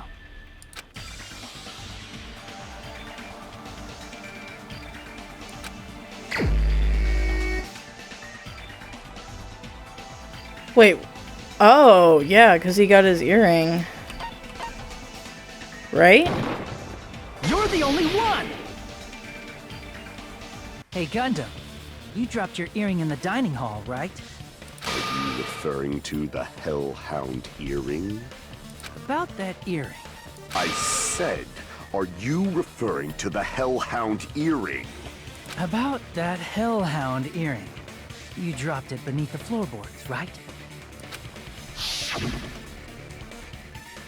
Ah, there it is. I have found it. Truly, that is the Hellhound earring. It seems God exists for my benefit. I see, good for you. However, how do I recover it? Blah, blah, blah. Just a bit longer and I would have reduced everything, including that old building, to ashes. However, it's just as the old legend said. The Hellhound earring has returned to its owner, to me! Is it safe to say that that earring is the one hanging from your right ear? Huh? Could it be? Gundam wasn't wearing an earring during the investigation. And if he had it on by the time the class trial began, then that means Gundam was able to retrieve his earring from beneath the floorboards during the investigation. So, Gundam knows how to get under the floorboards. It's understandable. After all, you fools only view the world through eyes of glass. But I am different. With the power of my 4 dark devas of destruction, it is of no concern. True. That fat hamster gets me every time. Before the might of the evil 4th eye, all visual chaos is rendered asunder. What should I do? I'm embarrassed just listening to him. Oh! Man up and speak more clearly! Fine, I shall tell you all. The answer was in the storage room.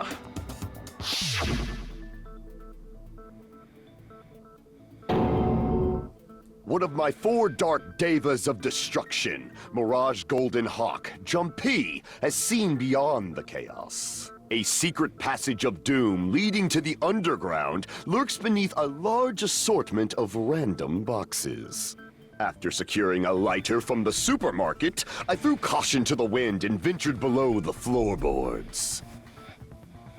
And as a result of that lonesome battle, I was able to recover the Hellhound earring with my own 2 hands!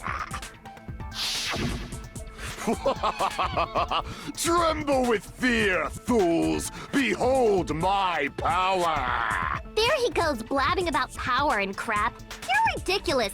You're just a breeder, you know. Anyway, it sounds like you can go under the floorboards from the storage room. Then that has to be how the killer did it.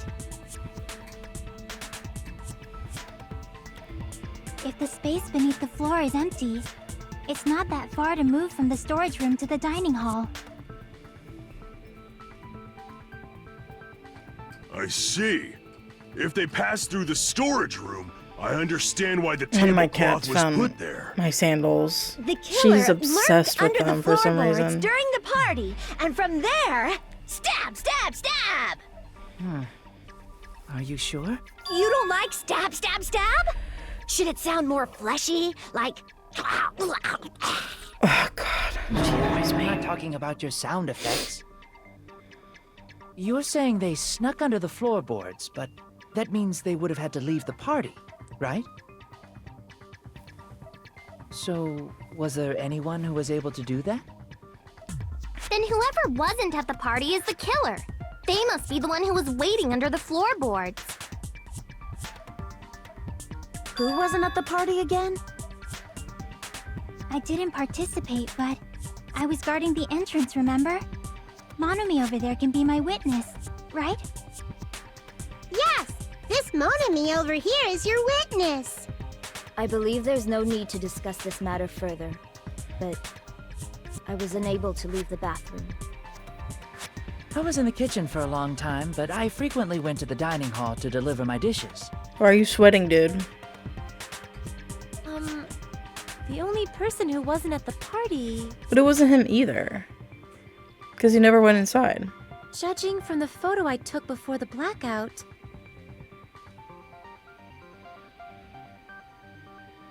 It obviously has to be him. Yay! It's decided! No. I don't believe it. What the fuck are you saying? I'm not the killer! Oh, really?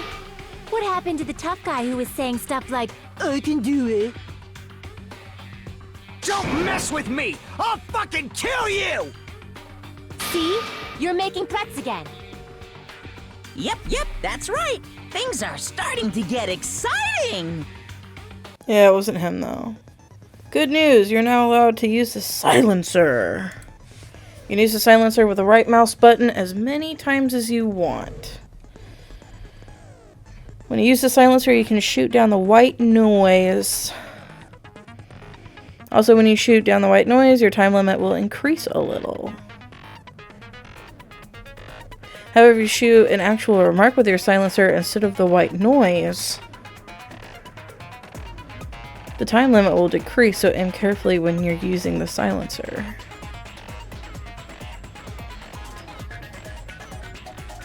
Oh, but if the difficulty is set to gentle, white noise won't appear at all. In that case, you'll still be able to use the silencer, but it'll be somewhat pointless. It'll just be for fun. Doing a little bang bang, you can use it to your heart's content. Who is saying this?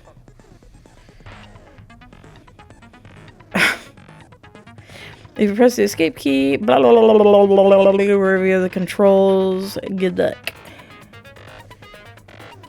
Maybe I should not put it in auto.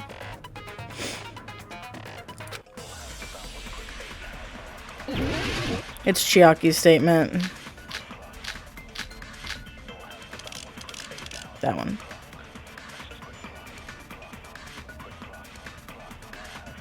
During the party, the killer was lurking under the floor like a cockroach. And they could have stared at panties all day. Ew. Without going to the storage room in the dark. Is that true, Fuyuhiko? Don't act like I'm the fucking killer! But when the party started, nobody saw you, you know? That means you have no alibi. No, that's wrong! That's wrong. No! It's wrong. No, Fuyuhiko definitely has an alibi. Isn't that right, Chiaki? Oh, you're right. What happened, Fuyuhiko? Well, he never came in. I'm not reading all this again. I saw Fuyuhiko after the party started. There's no way he could have been waiting under the floor before then. You should have said that earlier, dumbass. It's still your fault. Like, why were you even lurking around the old building in the first place? Shut up! Maybe there really is a secret passage to go under the floorboards from outside, and he came to spy. What'd you say, motherfucker? Oh no! Wow, he got chewed out, but he looks super happy. Regardless, it's impossible to go under the floorboards from outside. Chiaki and I already confirmed that. Then someone definitely went under the floorboards through the storage room during the party. During the party? It was probably during the blackout. Well, if someone disappeared during the blackout, no one would have noticed. But walking down that dark hallway to the storage room is like trying to make Eggs Benedict without any eggs. You're right. I couldn't even see the office in that darkness, and that room was much closer. But is it really impossible? It might be better if we examine that possibility a little bit more. It was super dark, you know? There's no way you'd be able to find your way to the storage room. But I can't stop thinking about it. I feel like there's something I overlooked. For clarity's sake, once again... We're getting close to the final stage. The blackened or the spotless? Which is superior? I think it's time to settle this.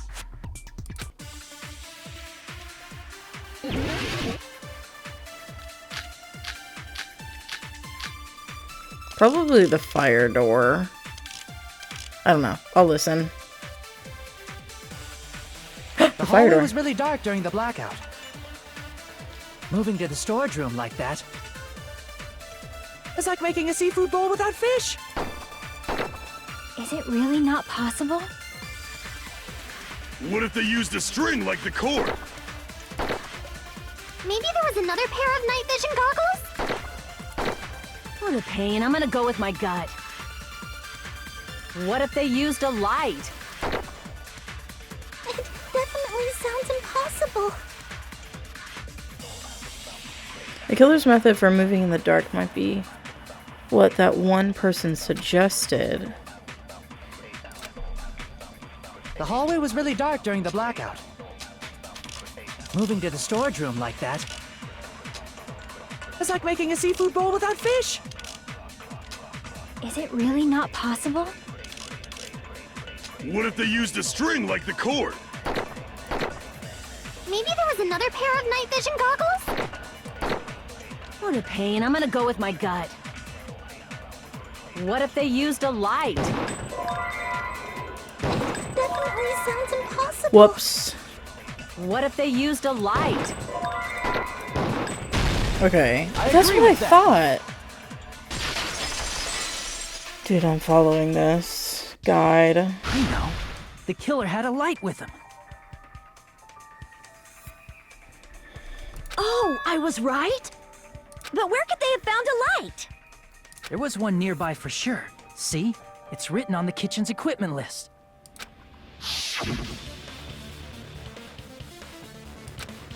There's also iron plates and a portable stove. I do recall we're seeing on the shelf over there. This kitchen seems to be well kept. It's the portable stove. Portable stove? The portable stove isn't powered by electricity, and it's also small enough to carry around. So, the killer used the portable stove to move from the hallway to the storage room during the blackout.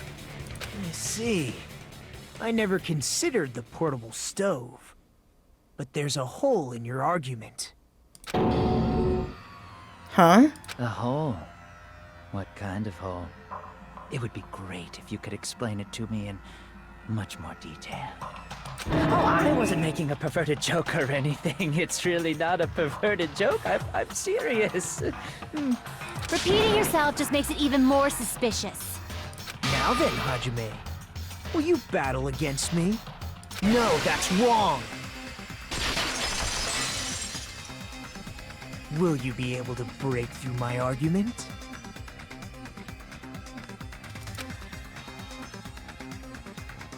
What does he mean battle? It sounds like he's enjoying a game or something. Damn it, there's no way I'm gonna lose against someone like him.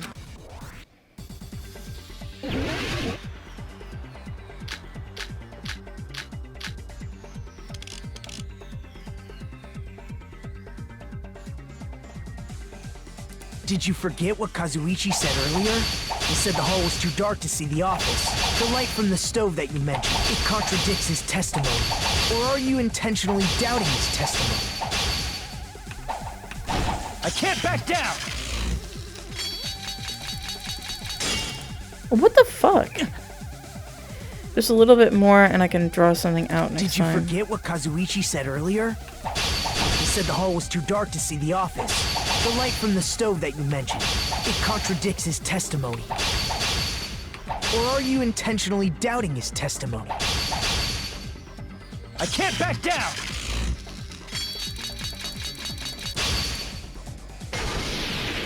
I don't doubt what Kazuichi said. What are you trying to say? The reason Kazuichi couldn't see the office was because the hallway was so if a light was shining in such a dark hallway. Wouldn't Kazuichi have seen it? After all, he was walking near the hallway, right? Wait. It's true that any light source in the dark hallway would have stood out.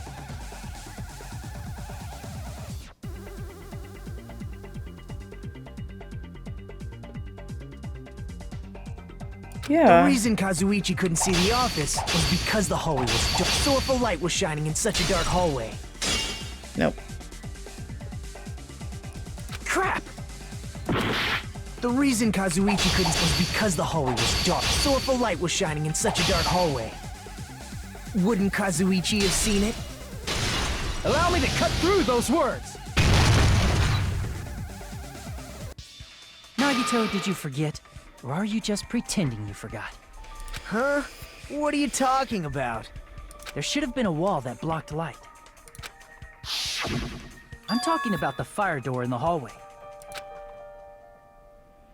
If you close it, it would form a perfect wall in the hallway. Plus, the hallway rounds a corner just beyond the fire door. So even if there was a small gap in the door, as long as they passed the corner, the light still wouldn't peek out. I see. To actually notice the fire door. Just as expected of the ultimate... Oh. You still don't remember your talent, do you? Who cares about that right now? Nagito, what are you plotting? For someone who insists he's not the killer, you are quite nosy. You sound so scary. If you're that angry, why don't you take a deep breath? You sure like to piss us off. How about I shut your fucking mouth for you? Hey! It's okay if you guys fight, but I won't allow a burly brawl that might offend people. More importantly, can you hurry up and decide who's the blackened already? Time runs out when I get bored. Fine, I get it. You're telling me to pass the torch, right? Pass the torch? We're going to ask the real killer, not an imposter like me, to show themselves. You're obviously the killer, right? If you think I am, I really don't mind. Whatever conclusion you ultimates arrive at, I will accept it, no matter what it is. So you're telling me to call out the real killer, even though I really don't want to condemn that person, but there's no other way, right? The person who used the hallway's fire door as cover and used a portable stove to move in the dark and snuck under the floorboards to stab Byakuya to death using the glowing paint as a mark. So the only killer I can think of is you and only you.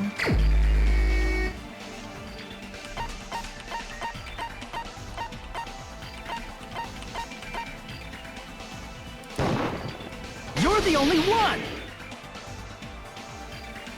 Teru. Could it be you? Huh? What?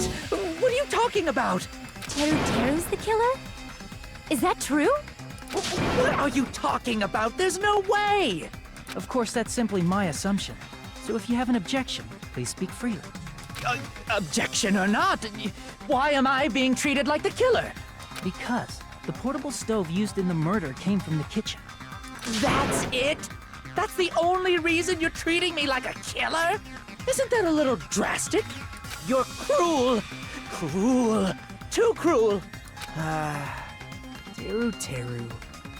That attitude is so not like you. For the ultimate cook to get so upset. Call me chef. If you fall to aspersions like this, who will be there to support the future of the culinary arts?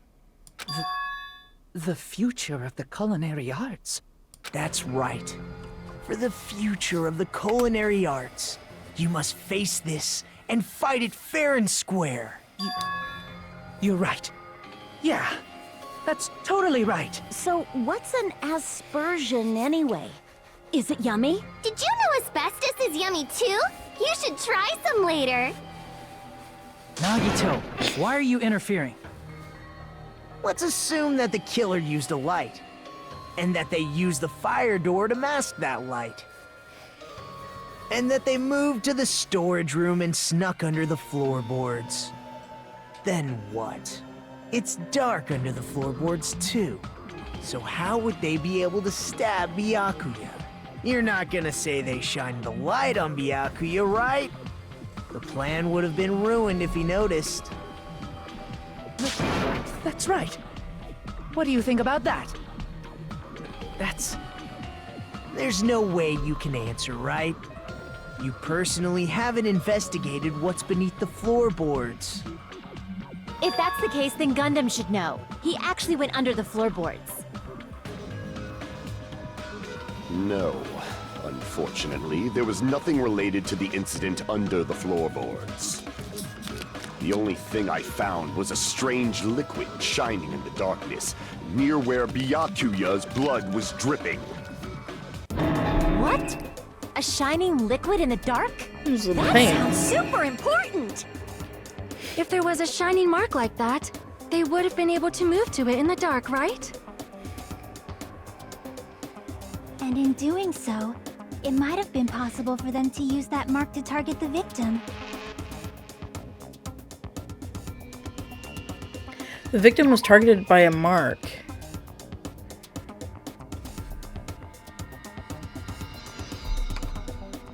What was the mark? Wasn't it the...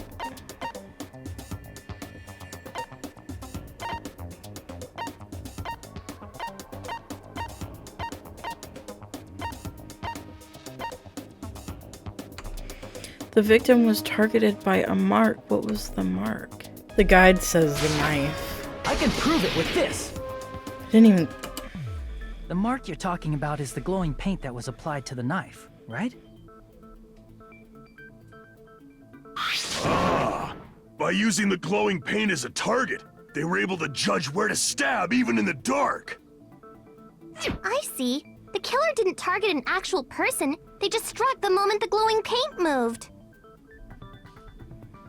That would be the moment someone grabbed a hold of the knife. Oh. So, the killer used the mark that I prepared for finding the knife as a mark for stabbing. I see. That's why Byakuya got killed when he took the knife. But if they were able to do that, wouldn't that mean the killer knew about Nagito's plan all along?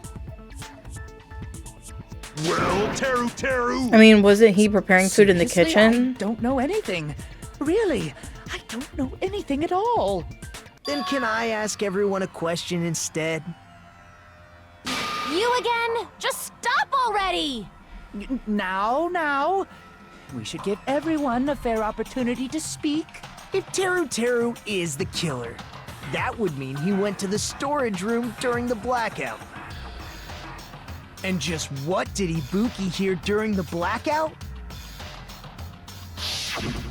Ah! Don't step on my feet! What the hell? What's going on here? This is... Ow! Turn the damn lights on! I can't eat like this, you know! You guys? Where are you? Wasn't the blackout just in the kitchen? She heard Teru's voice in the dining hall? Doesn't that prove Teru was in the dining hall during the blackout? That's right! That's exactly it! But Teru was in the kitchen the moment the blackout occurred, right? So, why was he in the dining hall? I thought the blackout was only in the kitchen, so I panicked and ran out of there. Of course, the hallway was dark too, but somehow I managed to move along the wall toward everyone's voices. Well, it's not that far to move along the wall from the kitchen to the dining hall. That sounds fishy. If I remember correctly, you can tell when a person is lying by licking their sweat. Ew. If you want, you should try licking me. No way!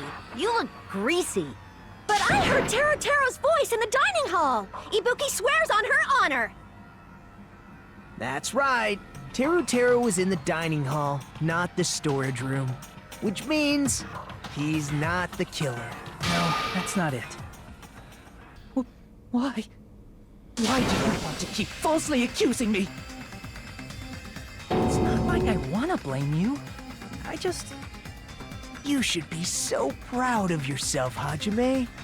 You're just progressing toward the hope you believe in. Now, Hajime, show me more of your hope. Will that be enough to crush Teru's hope?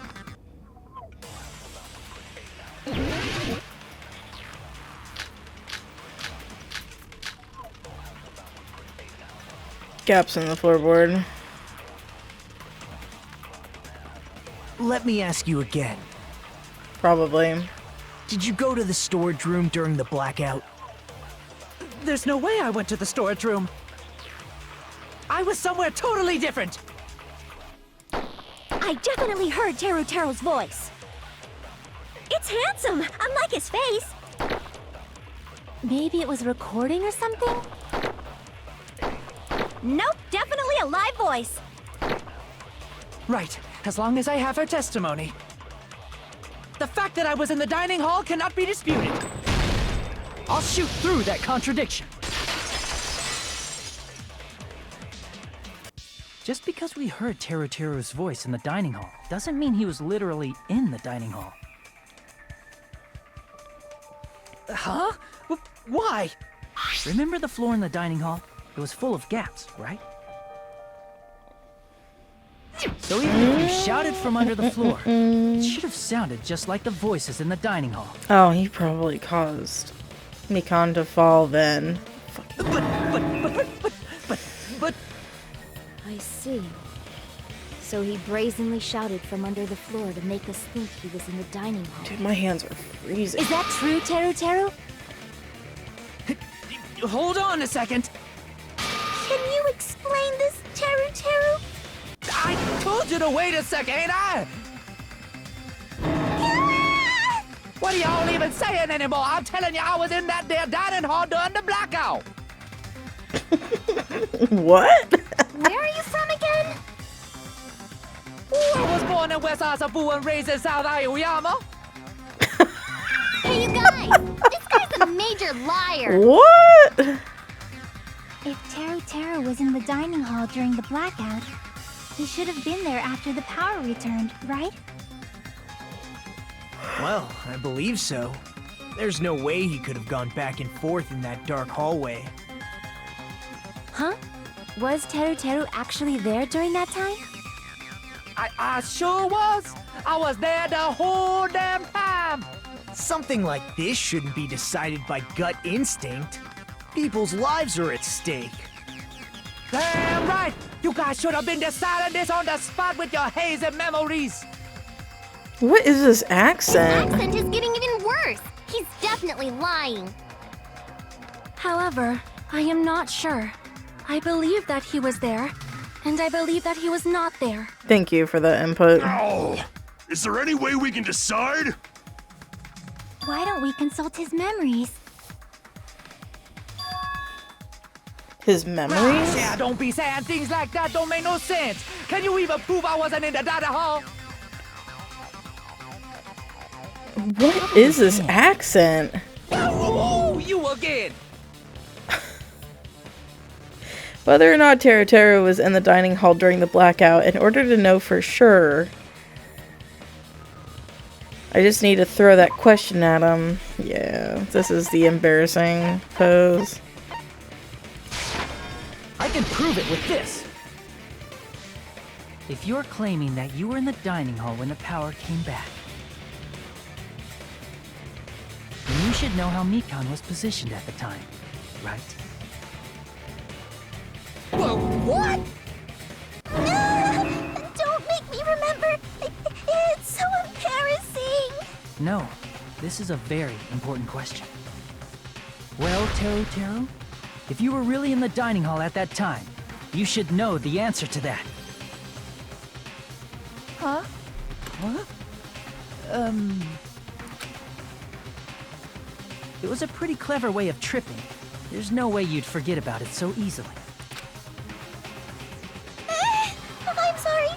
I'm so sorry. I showed you something so unsightly. How about it? You can't answer, Teru?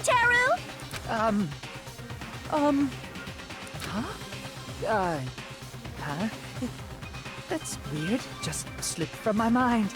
There's no way it would slip from your mind, especially not a pervert like you. Even so. Nagito! Say something! I guess you might have to give up now. Give up? What do you mean, give up? Teru. I'm disappointed too, you know. It's lonely watching someone I admire reach the limits of their hope. It kind of feels like a broken dream. Nagito, what are you doing? Why are you messing with the killer like that? Hold on a sec. Don't go moving this along on your own like I really am the killer. Huh? But it's already decided, right? No murder weapon hadn't been cleared up yet, yeah? It's no use. I can't understand him anymore. It appears he's saying the murder weapon hasn't been cleared up yet. You understand him? But it's such a sad defense. This is too cruel. Oh, you calling me the killer, then where's the weapon? Come on, Monumi! Enough with the whimpering and translate! He said, if you're calling me the killer, then where's the weapon? Weapon, huh? It's not the knife, right? Judging from Byakuya's wounds, it was a thin-edged tool that's roughly 5 millimeters in diameter. Also, if they stabbed from under the floorboards, the weapon would need to be at least 50 centimeters in length. After all this, who cares about the weapon? Not good enough! Not good enough at all! He said, not good enough. Not good enough at all. Fine, I got it. Let's try thinking about what the weapon was. Wanna do it? He said, try to do it. What a confusing accent. We need to focus and think about this. A thin-edged tool with a diameter of about 50 millimeters and at least 50 centimeters in length. The weapon that meets those requirements might have been used at the crime scene. What's that? Oh, fuck me.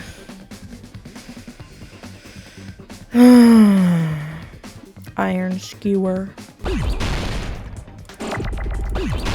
There we go. I got it!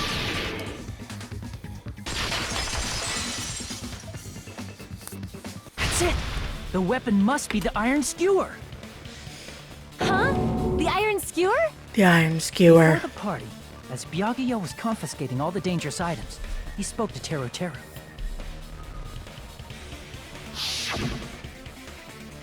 I checked the equipment list and there seems to be one iron skewer missing. And that's right, as far as I know, that's been missing from the start. So that missing iron skewer is the weapon? An iron skewer would match up with the wounds perfectly. Hey, Teru, where'd you hide the iron skewer? Avril Lavigne! Avril Lavigne? Huh? Did he really just say that? What? He's just saying random shit to fuck with us. You probably dumped it somewhere on the island, didn't you? This school trip has a no littering rule. If he had violated it, the island sirens would be ringing non-stop. Island sirens? Just for littering? Also, I was on guard duty, and I never once saw Teru leave the old building. Which means he obviously hid it somewhere in the old building. It's probably the kitchen again, right? Teru, just man up and be straight with us.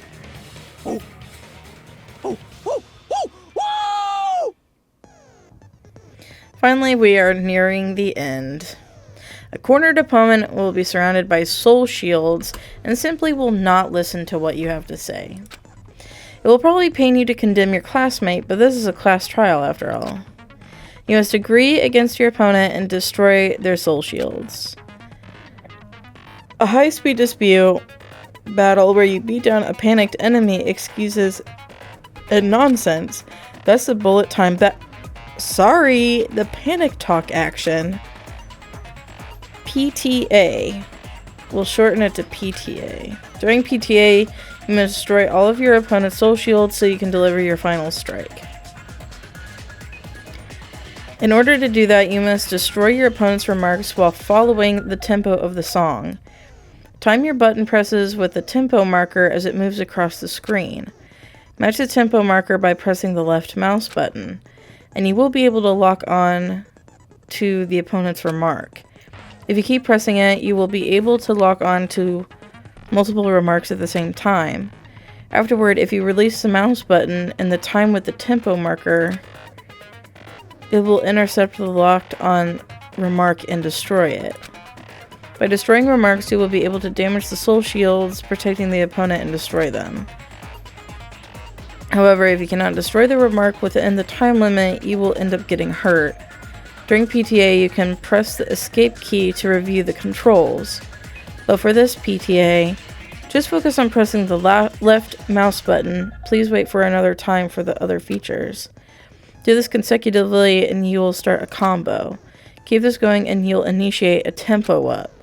On the flip side, if you keep missing, you'll find yourself in a tempo down situation.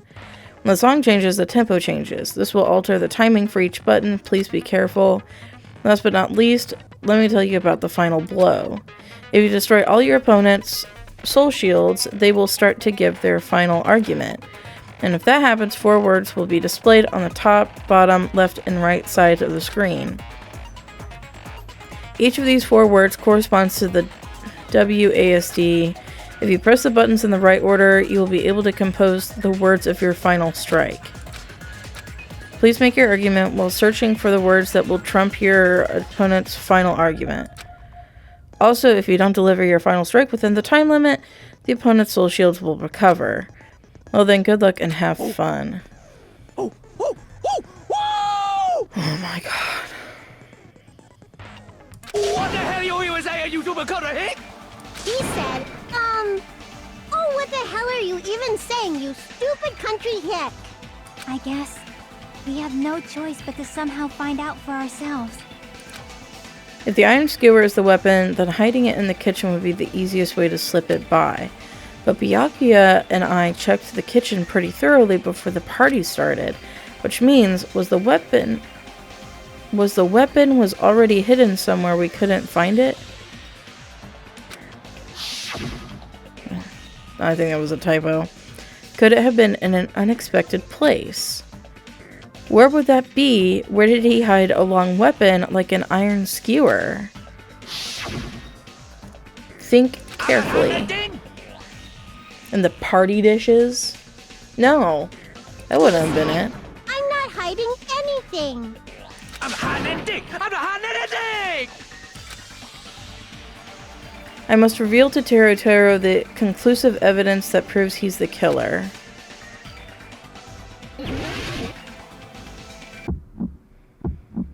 Shut up!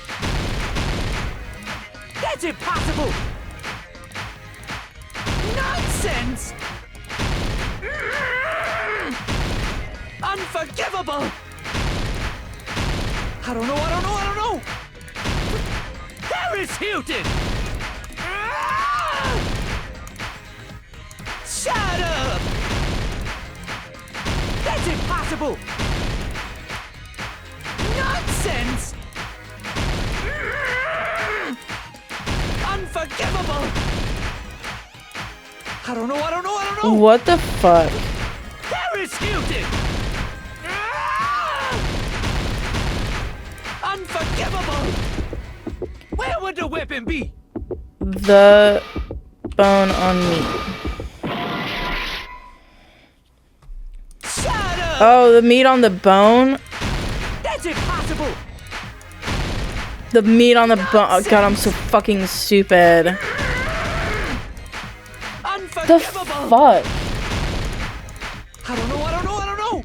Where would the weapon be? The meat on bone.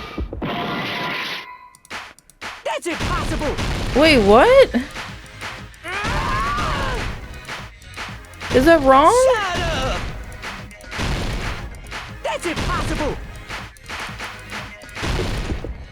Where would the weapon be? Meat. Fuck. Fuck, it's meat on the bone. Why am I so fucking... This is too much for me. Plus, I am super fucking tired right now.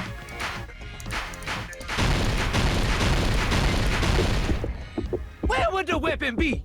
Meat on the bone. This is the end. I'm so sorry. Could the iron skewer have been hidden inside the piece of meat on the bone?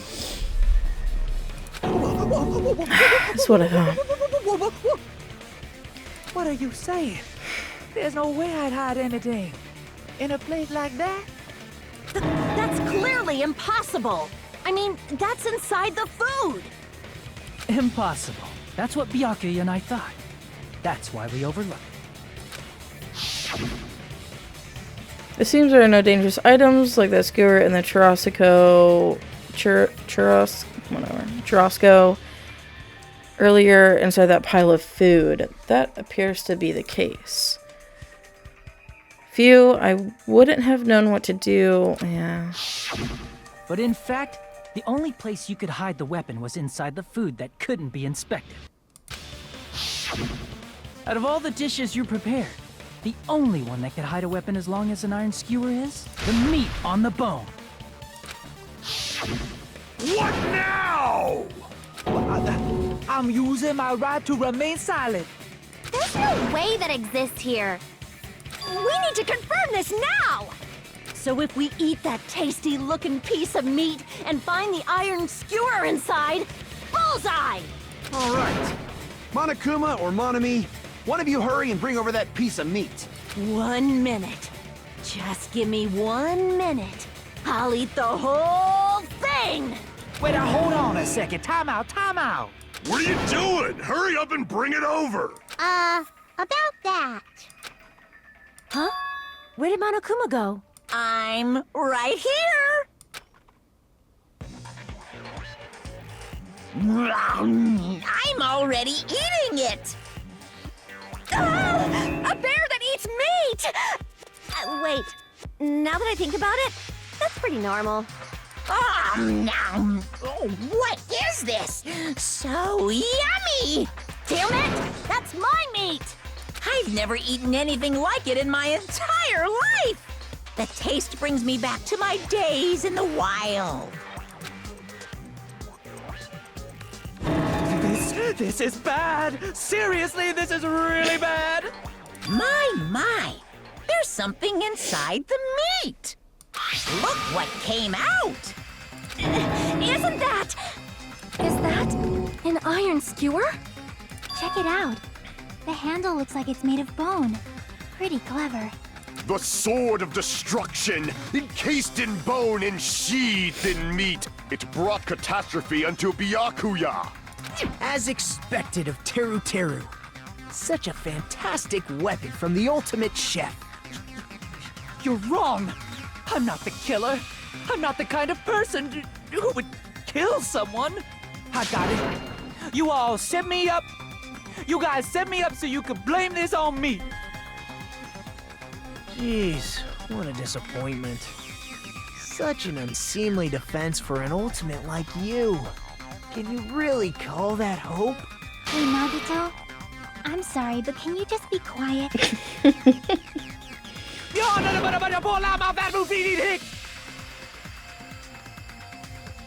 He said, you're all nothing but a bunch of poor, loudmouth, fast food eating hicks. You don't need to translate anymore. Somehow I can tell what he's trying to say.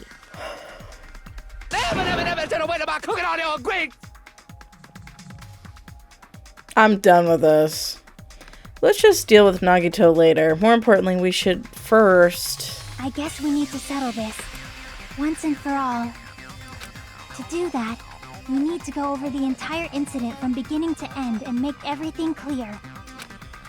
Go over the entire incident, and then I can prove Teruteru's crime. That's right, if we don't do that, we can't end this no matter how much time passes. So, we need to do it. So it's finally come to this. My throb is chesting. Every case has one last feature. To bring the class trial to an end, this is the closing argument. In this phase, you'll give a complete summary of the case. You'll have to reproduce the order of events in the case in the form of a comic book. This reproduction is merely Hajime's imagination, so there will be gaps here and there. Gaps are areas where a number of pieces are missing. It's up to you to complete the comic using the truth panels provided. Around 3 to 5 truth panels make up one set. Inside that one set, there will be correct panels placed among incorrect panels. If you use all of the correct panels contained in one set, it will switch to a new set. After that, if you fill in all the holes, you will clear the challenge. I'm pretty sure some of you already noticed, but it will be difficult to complete with so many gaps, so once you fill some in, it will become much simpler. For those of you who played the previous game, you might hesitate at first, but it's basically the same concept. Now then, when playing and solving the closing argument, there is a certain trick. If you move the reticle onto the gaps on each page, it will display hints at the top of the screen. This type of hint will ask what kind of scene is drawn in that gap. Also, if you move the reticle onto a truth panel, it will display a hint as well. This hint explains the scene contained in that panel. Put together these two hints and think carefully. Of course, don't forget that there will be a time limit. Well then, good luck and have fun. I know I really struggled with these before.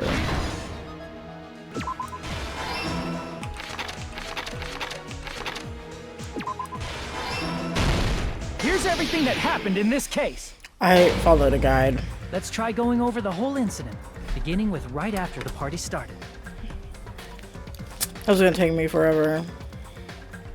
Byakuya had us gather in the dining hall of the old building near the hotel. He was extra cautious about a murder occurring that night because of a threatening letter he received. Therefore, he decided to throw a party so he could monitor us.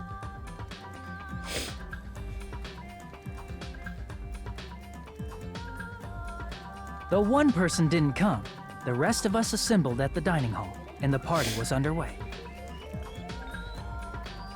But at that I like how she's still carrying her someone was already in motion. Like weapon carrier even when she's in the bathroom. They plugged 3 irons into the outlets in the storage room, which nearly capped the power usage.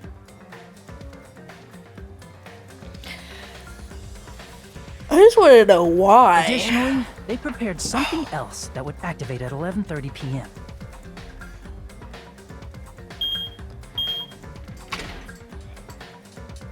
The air conditioners in the office and dining hall. They had already set the timers for these. Thanks to the irons maxing out the power usage, the breaker was tripped when the air conditioners kicked on.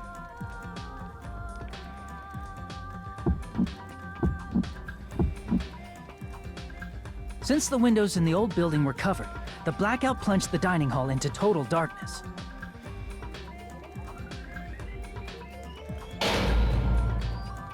But when that happened, Byakuya took out a specific item that he brought in his case.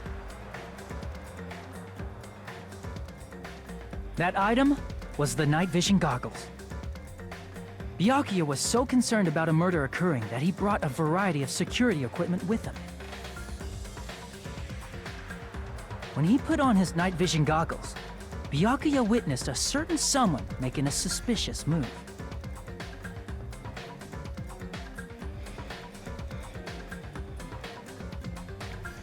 He saw Nagito guiding himself with the desk lamp's power cord so he could get under the table. That's right. Everything up to that point was all part of Nagito's plan. The murder warning to Byakuya, the source of the blackout, it was all Nagito. While the blackout was happening, someone else, the real killer, began making their move in the kitchen. The killer probably already knew about Nagito's plan, so they knew a blackout was coming. But how did he know about it? That's why the killer prepared all the items they would need to commit their crime in the dark beforehand. Okay, these pauses are taking way too long. They needed a light source, which was provided by the portable stove in the kitchen. They needed a weapon, too. This had also been hidden in the kitchen beforehand. The long iron skewer used in the churrasco dish. The killer hid that inside that meat with the bone in it. Churrasco. With the weapon and portable stove in hand, the killer stepped out into the hallway. First, they closed the fire door in the hallway so their light source wouldn't peek toward the dining hall.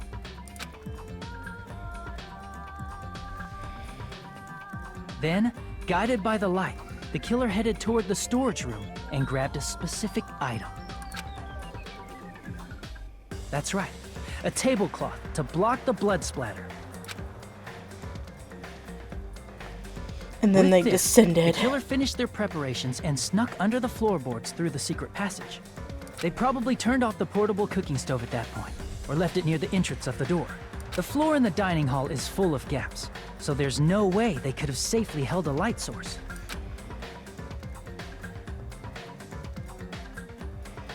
But thanks to the glowing mark they painted earlier, the killer was able to get beneath the table.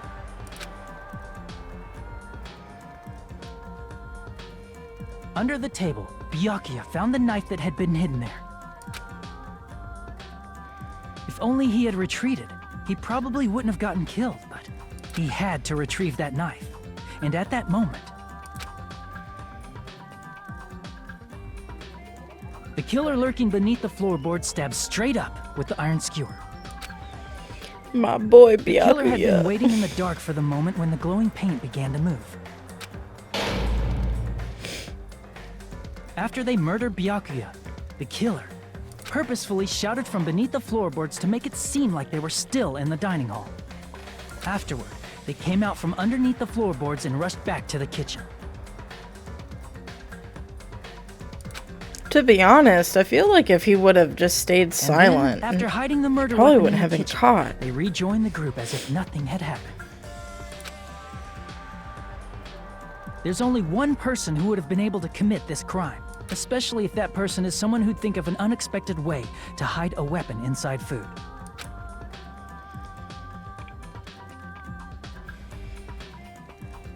Isn't that right, Teru Hanamura?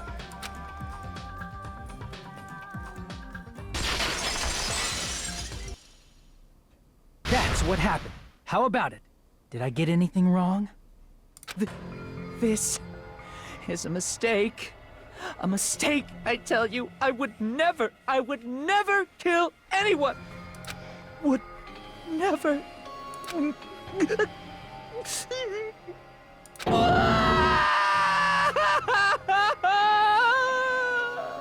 It seems this is the end.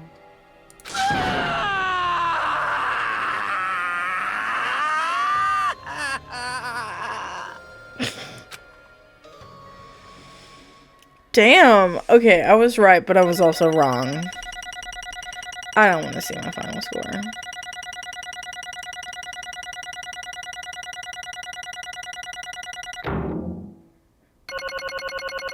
I gotta be. Dude, 91 coins? That pisses me off.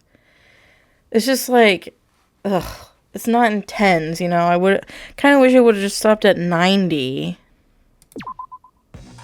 Alright, let's go. It looks like your argument has come to a close.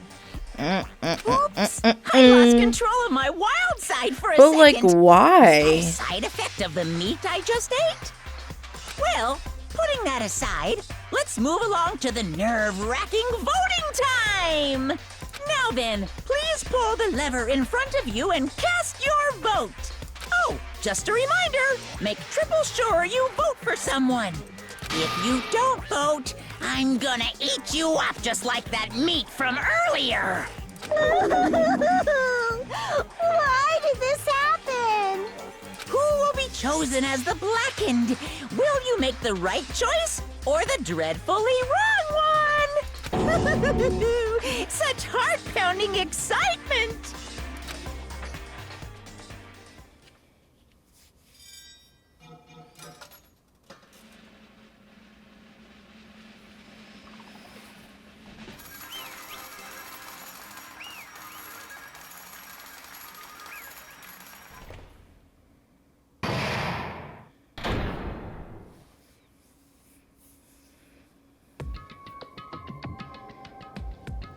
Correct! Yoo-hoo! That's right. This time, the Blackened responsible for killing Byakuya Togami is Teru Hanamura.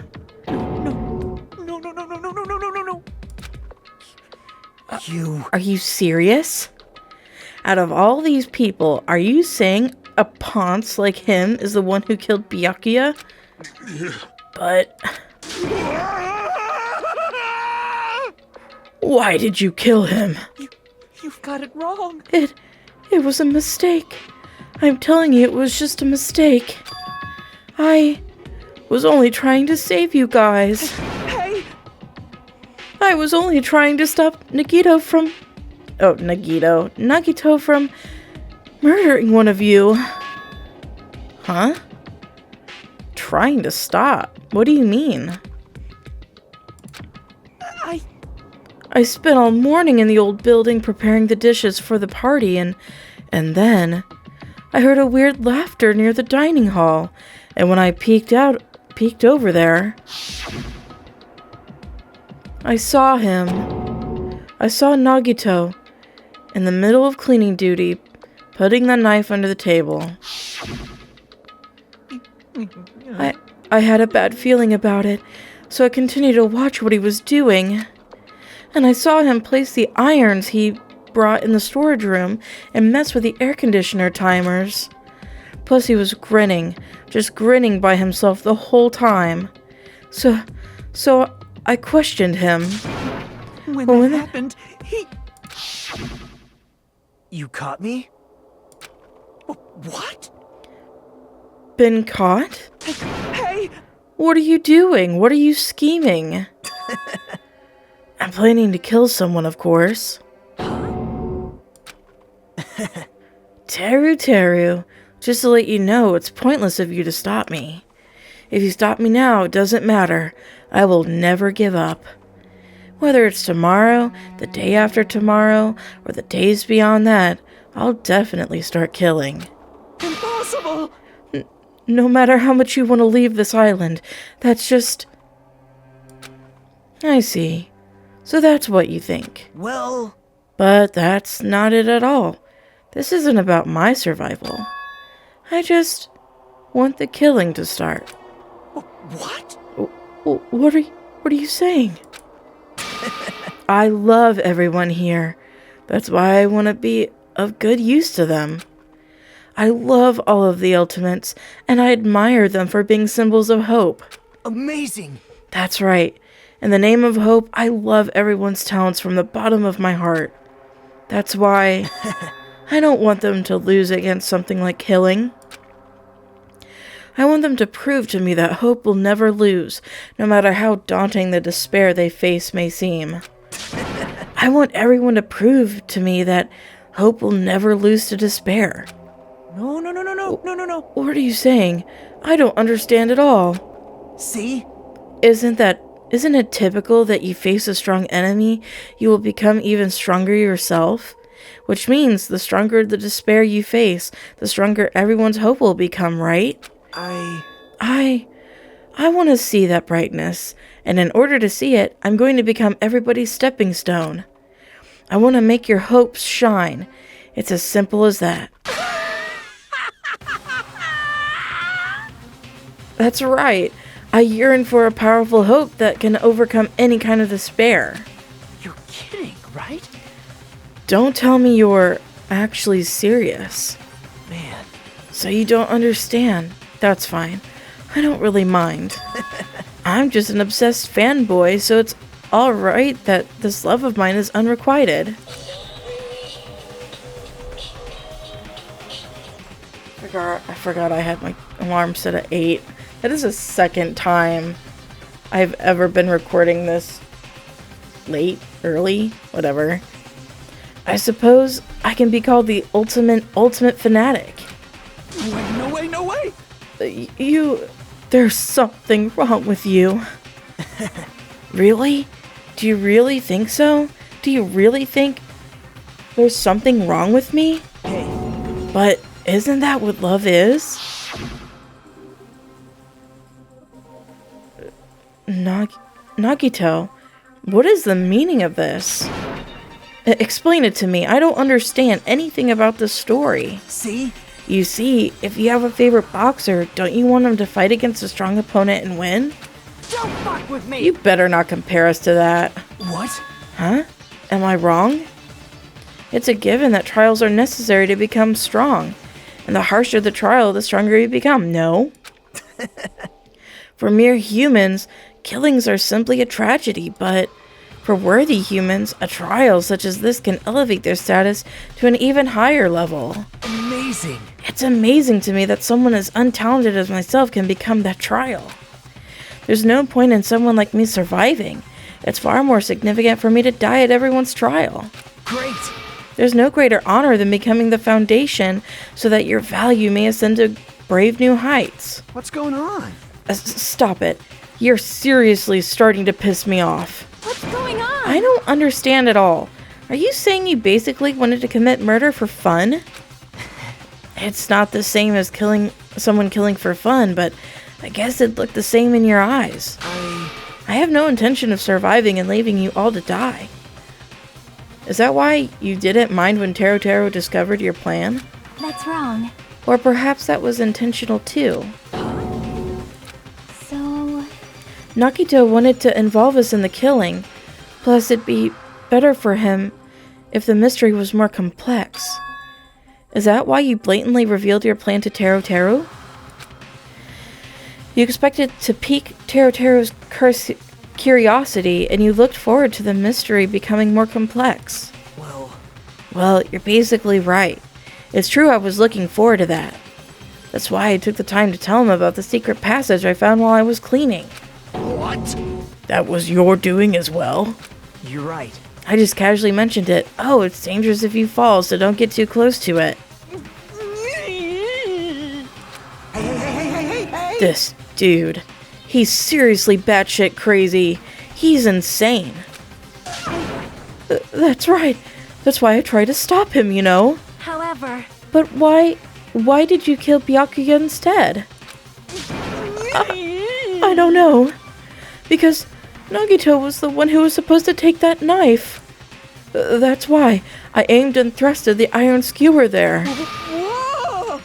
But why is Byakuya the one who died? It was supposed to be Nagito, not him. Byakuya probably tried to stop Nagito from grabbing the knife. And then in place of Nagito... Nope. No, I don't think that's it. Huh? Perhaps. Byakuya was probably trying to protect Nagito. What? What did you say? See? 'Cause Byakuya said so, didn't he? Don't worry, long as I'm the leader, I won't let anyone become a victim. I will guide you all. That much I promise. Could it be in order to keep that promise? As long as he was wearing the night vision goggles, I'm sure he saw someone moving under the floorboards. And that someone was aiming for Nagito. Why? So Byakuya gave his life to protect Nagito? Even though he was trying to take the knife? I see. Byakuya is amazing. To keep his promise to protect everyone, he actually threw his own life away. And yet... Such despair. I never expected an ending like this. What? But we shouldn't let him die in vain. I'm sure everyone will become even stronger by overcoming this despair. No way. Could it be? You knew Byakuya would protect you, so you set him up to fail? Someone like me? Of course not. I'm not that good at calculating. I just took some precautionary measures. The results of that were going to be my fun for later. Just kidding. How unexpected. But I never expected it would turn out like this. I never thought I'd be the one to survive. But since it was my life that had been saved, I didn't want to just waste it. So that's why I decided to help Teru Teru. Why? Well, because Teru Teru decided to commit his crime because he also had strong hope, right? Which means his actions were motivated by hope. If he was willing to go that far, I thought he might truly be the person whose existence I was waiting for. I thought he might be the hope that could defeat any kind of despair. In order for me to confirm it, I decided to help Teru Teru. What do you mean confirm? Just stop it already. Well... Plus, I couldn't really help myself when I also emphasized with Teru Teru. After all, he wanted to kill me, but he ended up killing Byakuya instead, you know? If I left him in that confused state, this trial might have been ruined, right? Isn't that right? But in order for our hope to grow, this trial was absolutely necessary.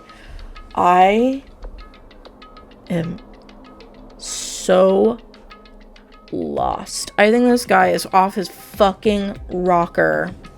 When they start having these, like, monologues or whatever, they lose me. That happens in anime a lot, I feel like. There are some plot points in a lot of anime, manga stuff that I feel like they try and, like, get really super deep and they just lose me. Because it's all very convoluted, in my opinion. I remember Fruits Basket being that way. I don't know, it was a long time ago since I've read it, but I remember reading the ending and I'm like, I don't fucking know what the reasoning is anymore for all of this. That's why I decided to help him. I told him, I don't care if I die, so you should just focus on escaping this island. Right? Those were my exact words to him before the investigation. Isn't that right, Teru Teru? Man. In the end, my help just wasn't enough, and this turned out to be a bad ending for Teru Teru. But you should be proud of yourself. You will not die in vain. Great! You will become a splendid sacrifice for everyone else so their hopes can grow even more powerful. Impossible! Sacrifice? Shut up! Shut up! Seriously, stop it already. I want to go crazy just listening to you. Exactly. This guy's batshit bonkers. Hey. Hey, is it really okay for us to just leave this crazy bastard alone like this? Huh? Isn't it better if we just fucking kill him off? Kill, he said. High school students are so violent these days. But the person who's gonna get killed now isn't Nagito. It's Teru Teru. What's the matter? You didn't forget, right? Because I told you already at the beginning, right? If the blackened killer loses, a fun punishment awaits them. Wait. Hold on. No. That was... How should I put it? An accident. An act of self-defense. Not intentional. Anyway, I feel it's possible it's not my fault. Hey! It doesn't matter if it's an accident, self-defense, or intentional. A murder is still a murder. If you kill someone, that's murder. Hey! But isn't there anything like sympathy judgments, extenuating circumstances, or maybe even a probation? Impossible! I know, accept any of those claims. That's not... Hey! Save me, you guys. I was only trying to stop Nagito, so... Why? Be honest. After learning about Nagito's plan, you saw an opportunity, right? I did not say that right. You probably thought nobody would find out if you killed him after messing up his plan, right? That's what you thought, right? Wrong! There's no way a person who has no malice would kill someone like that. In truth, you were just desperate to kill Nagito, and willing to sacrifice everybody else to survive, right? Just be honest already, at least in the end. No, no, no, no, no, no, no, no, no, no. That is... Teru? Why? If only you didn't try to kill Nagito, Byakuya would still be alive. Answer me. Why did you try to commit murder? Answer me, Teru.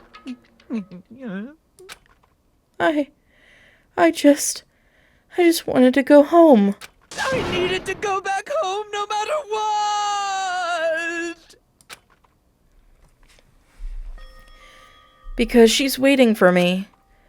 Mama is waiting for me at home. She's waiting all by herself for the day I graduate Hope's Peak Academy and come home. Okay, I'm going now. When I come back, I think we should talk again about opening an Aoyama and Azabu location. Oh my, you're still talking about that?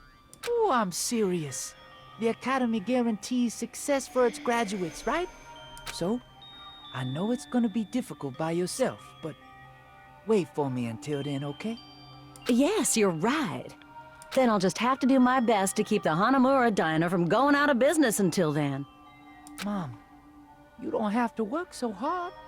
What if you collapse again while I'm gone? I'll be fine. Moms are strong. I won't lose to some illness. I know that already.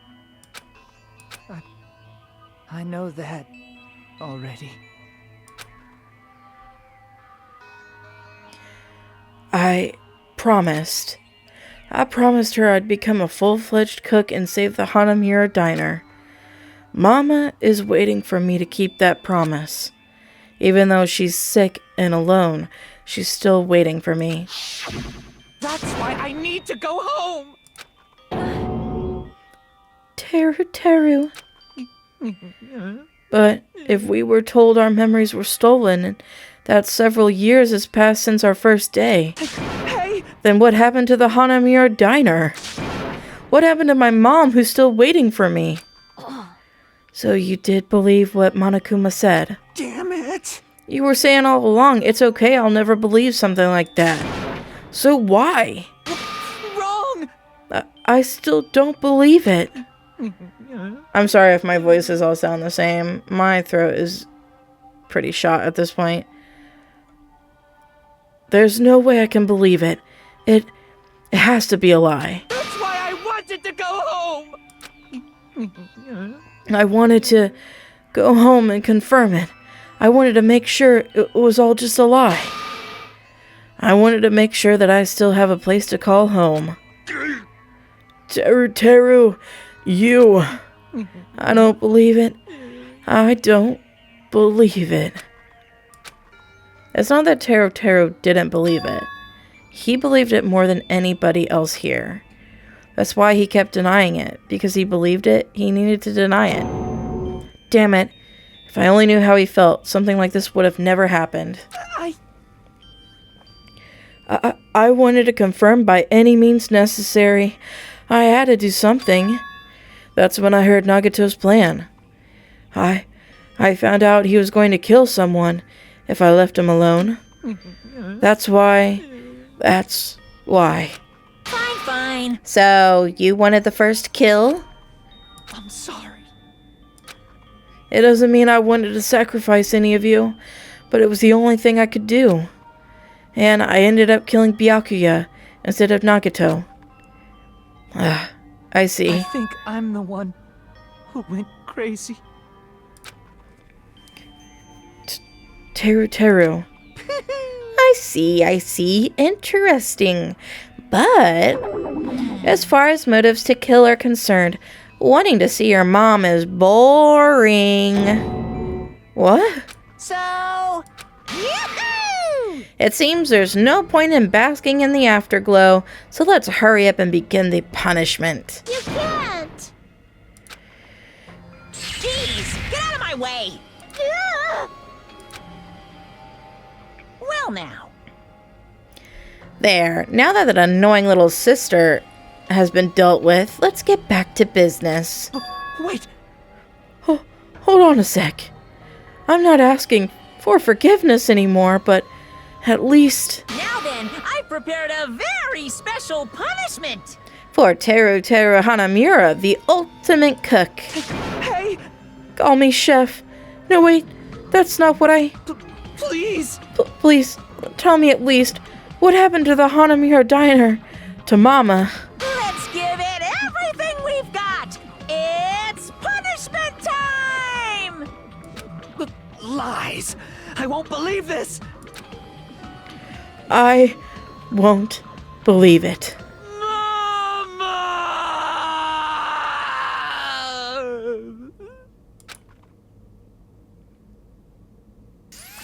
These executions actually make me sick to my stomach.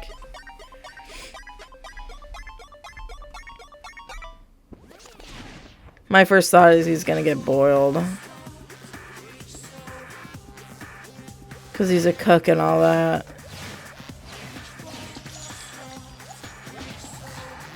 Oh my god.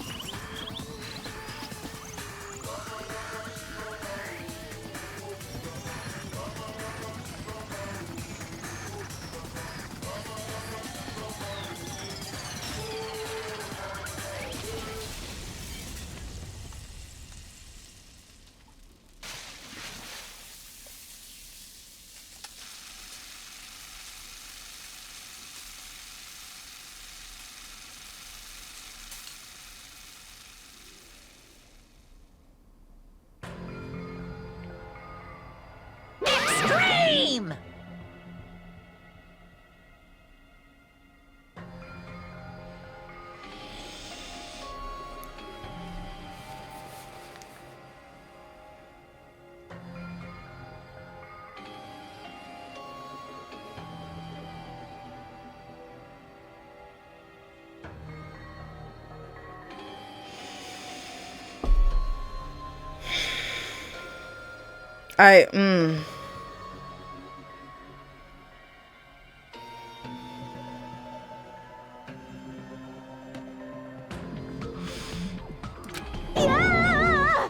That is just, yeah, okay.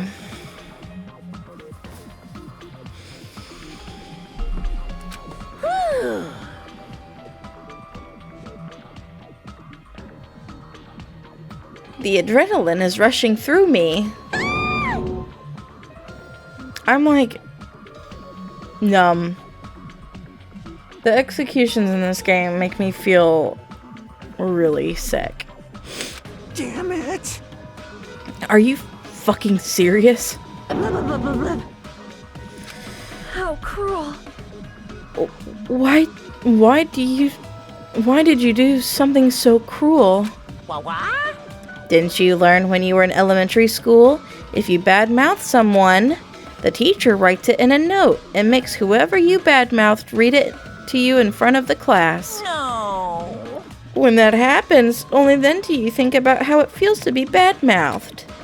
The same applies to murder. What are you saying? You're the one who drove him to do it.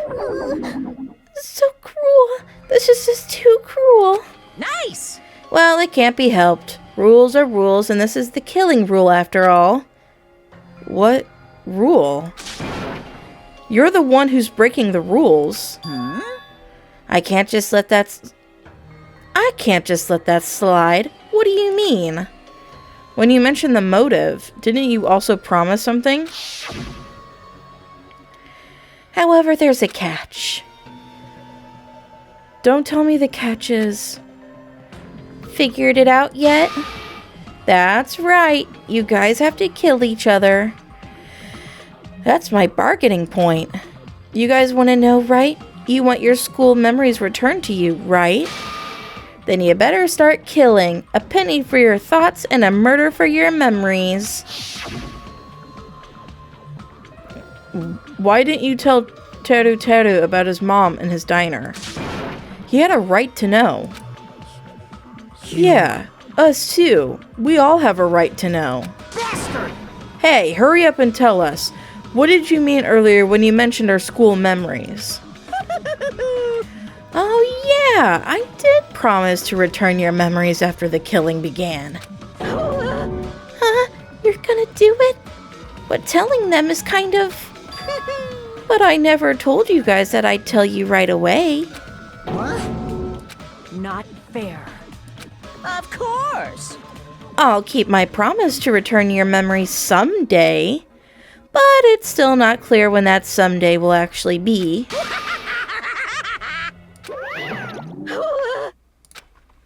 I must excuse myself as well. There's something that I need to do. Huh? What the heck? So cruel! That's not fair. They both ran away. Then... Monokuma had us wrapped around his finger after all. Stupid! Teru Teru, you stupid! Such despair. An ending like this is just full of despair. A seriously tragic despair. But still, at times like this, as the symbols of hope, you guys need to keep doing your best. You. Why are you smiling? Crap! How can you smile in a situation like this, you creep? Nope. Hold on. I'm sad too, you know. Didn't I tell you? From the bottom of my heart, I truly love you all.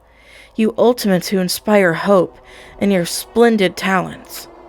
There's no way I can be happy when we've lost such a talented individual. Don't fuck with me! Don't go saying creepy shit, I'll fucking kill you. Please, kill me anytime. What?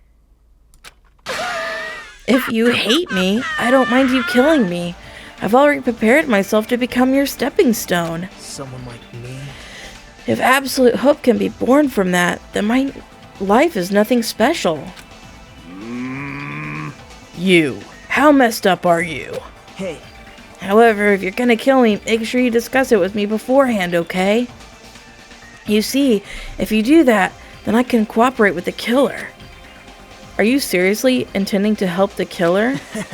It's really not that big of a deal. If you're students of Hope's Peak Academy, if you're the symbols of hope who possess the chosen talents, Great.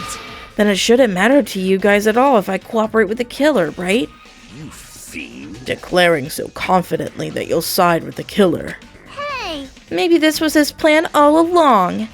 Since he's willing to work with the killer, he wants us to think it's better for us not to kill him. Well, I don't mind what you think of me.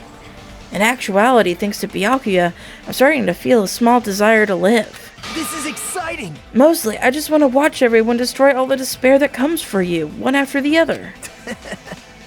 Just kidding. You pissed me off. Hey, can I punch ya? I just won't be satisfied till I punch ya. Isn't she a gymnast? Fine. Let's stop this already. It's just going to be a waste of time if we keep dealing with him. What? Huh? Even Hajime hates me now? How unfortunate. That stings. I felt you and I were quite similar. What is that? Isn't that right?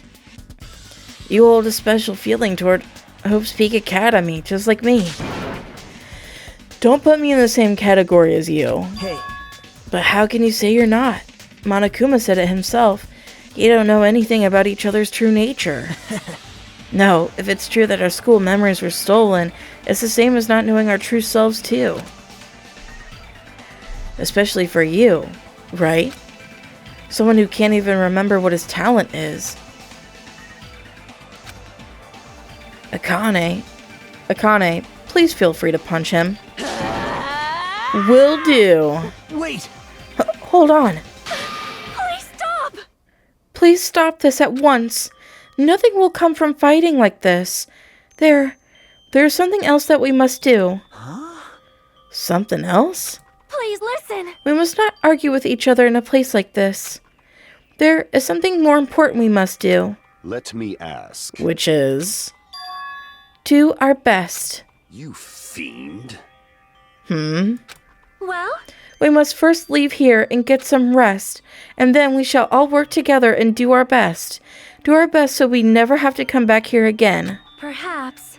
That is what I believe we must do right now. I am sorry. If only I was a better motivational speaker. No, that really touched my heart. You're totally right. What we need to do right now is do our best. If we do our best, it's definitely gonna pay off, right? Yes. That is right. Like... But what do we have to work hard at? I do not know, but we must do our best. Jeez. I don't get you all. Are you some kind of moron? Well? It's fine if you don't know. What matters is that you hold on to the feeling that you have to do your best. Right? So, let's do our best. Let's make sure a killing like this never happens again. But... It's scary, but doing our best is our only option. There's no way I'm doing what Nagito said. I'm gonna do it! Alright. I don't know what you're all talking about, but let's do our best for now. Fine. Very well. Even if we are not able to change the future, I guess I should at least change my tomorrow. Damn fiend. I won't give up until the very end. I won't die in vain. I'll give my entire existence, my entire power, my entire body and soul to fight to the very end. Yeah, you're right. Let's definitely work together and leave this island. Do our best. We kept using that phrase over and over again. Even though we knew they were just cheap, meaningless, empty words. Regardless, we still said it. And we continued to say it over and over again without stopping. Thus, the curtain had fallen upon the class trial where Byakuya and Teru were sacrificed. Afterwards, we left the trial grounds and returned to the mainland of Jabberwock Island. For the first time, we decided to go back to our cottages. Or for the time being, sorry. After experiencing something like that, there's no way I could fall asleep. I gave up, got out of bed, and began walking around the hotel grounds for no real reason. After not doing much of anything, I dully looked up at the sky. And there, just like before, there it was, the night sky brimming with stars. Stars that looked like they were about to fall into my hand like fluttering snow. As I looked up at such a beautiful night sky, I can go anywhere. The thought crossed my mind for some reason. The sky is connected to anywhere, even to my daily life. That's why I might be able to go home. That's right, I'm definitely going to go home. That's when it happened. As I stared up at the night sky, I felt a strange convergence of sensation. And then, while I continued to stare at the night sky, I felt my entire body stiffen with that sensation. Isn't this... Is someone watching me?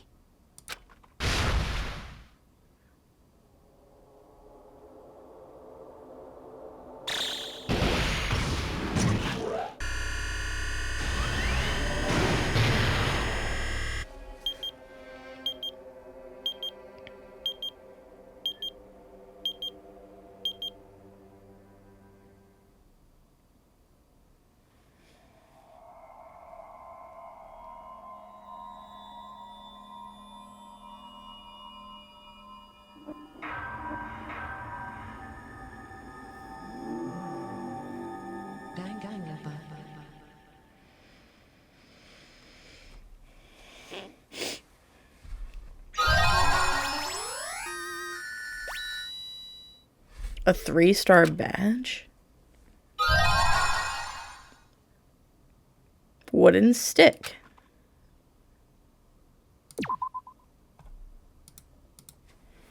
For a long time, humans have been taught that if you try hard enough, you can accomplish anything. Even if we weren't told this directly, you'd know it just by looking at the world around us.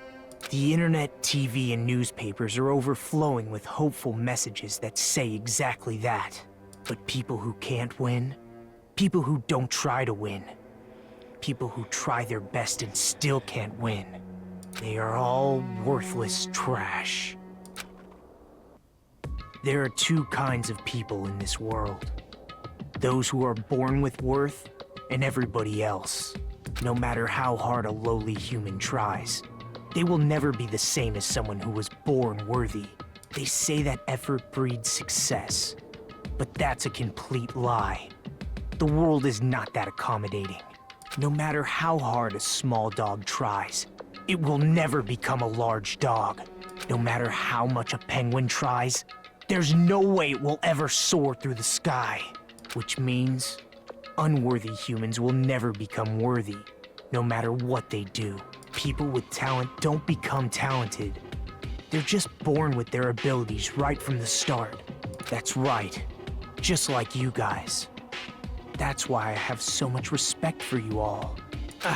Just so you know, what I feel is different from admiration. Admiration is wishing you could be like the object of your admiration. But what I feel is not so self-serving. How should I put it? What I feel is more pure. More like a selfless love that wants nothing in return. So, I want you guys to believe me when I say, I don't mind if you kill me. But if that happens, I want you to let me help. I don't care if the killer survives, or if everyone but the killer survives. I just want both sides to do their very best. I want to see with my own two eyes the absolute hope that lies ahead. Yep, I'm really lucky. Someone as insignificant as me will be there when hope and despair collide and unleash their energy. So please, let me help you. If you're planning to kill me, I would be honored to help you carry out your plan. I want you to use me as a stepping stone so everyone can shine. I want you to kill me in a way that befits... Oh, shut up.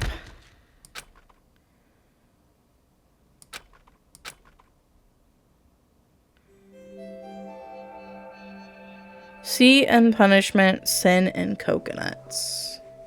I have to go to the bathroom so bad. Byakuya and Teru Teru died just last night. An ordeal like that doesn't change the fact that I still get hungry. I learned this firsthand as I headed toward the hotel restaurant with dreary, sullen footsteps. Let me go to the bathroom, please. Don't talk to anybody. Stop. Oh. Oh my god, can I save?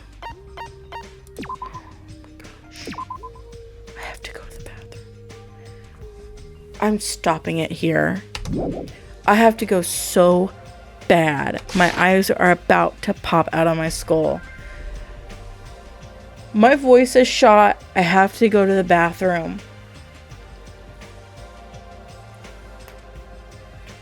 Ugh. I'm also really tired. I've recorded this episode and the last 3 episodes all in a row. I'm starting to feel the blood in my throat. Like, that's how bad I've heard it. I should probably stop.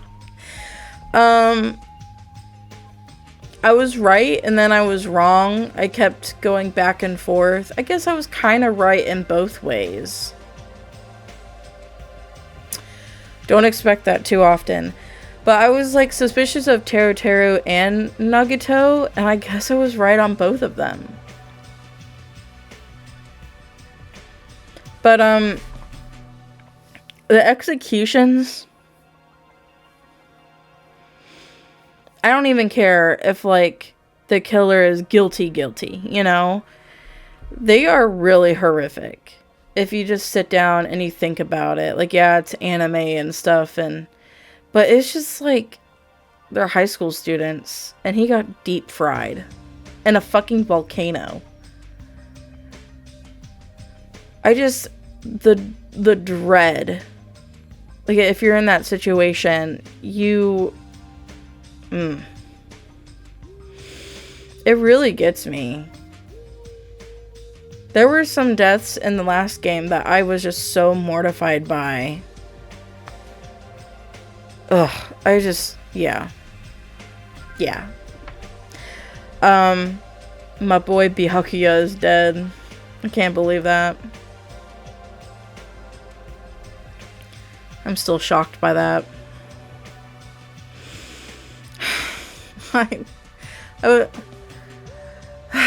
Whatever. My brain is so... my brain is fried. So that'll be it for this episode. Thank you so much for watching. This was Late Night Gaming. If you like this video and you want to see more, you can click that subscribe button, and while you're down there, you can also leave a like and a comment. Also in the description below, I will leave a link to my Danganronpa playlist, which includes both the first game and whatever episodes of this game I've already done. So you can go down there and enjoy that. But I hope you have a good night, and I will see you in the next video. Bye-bye.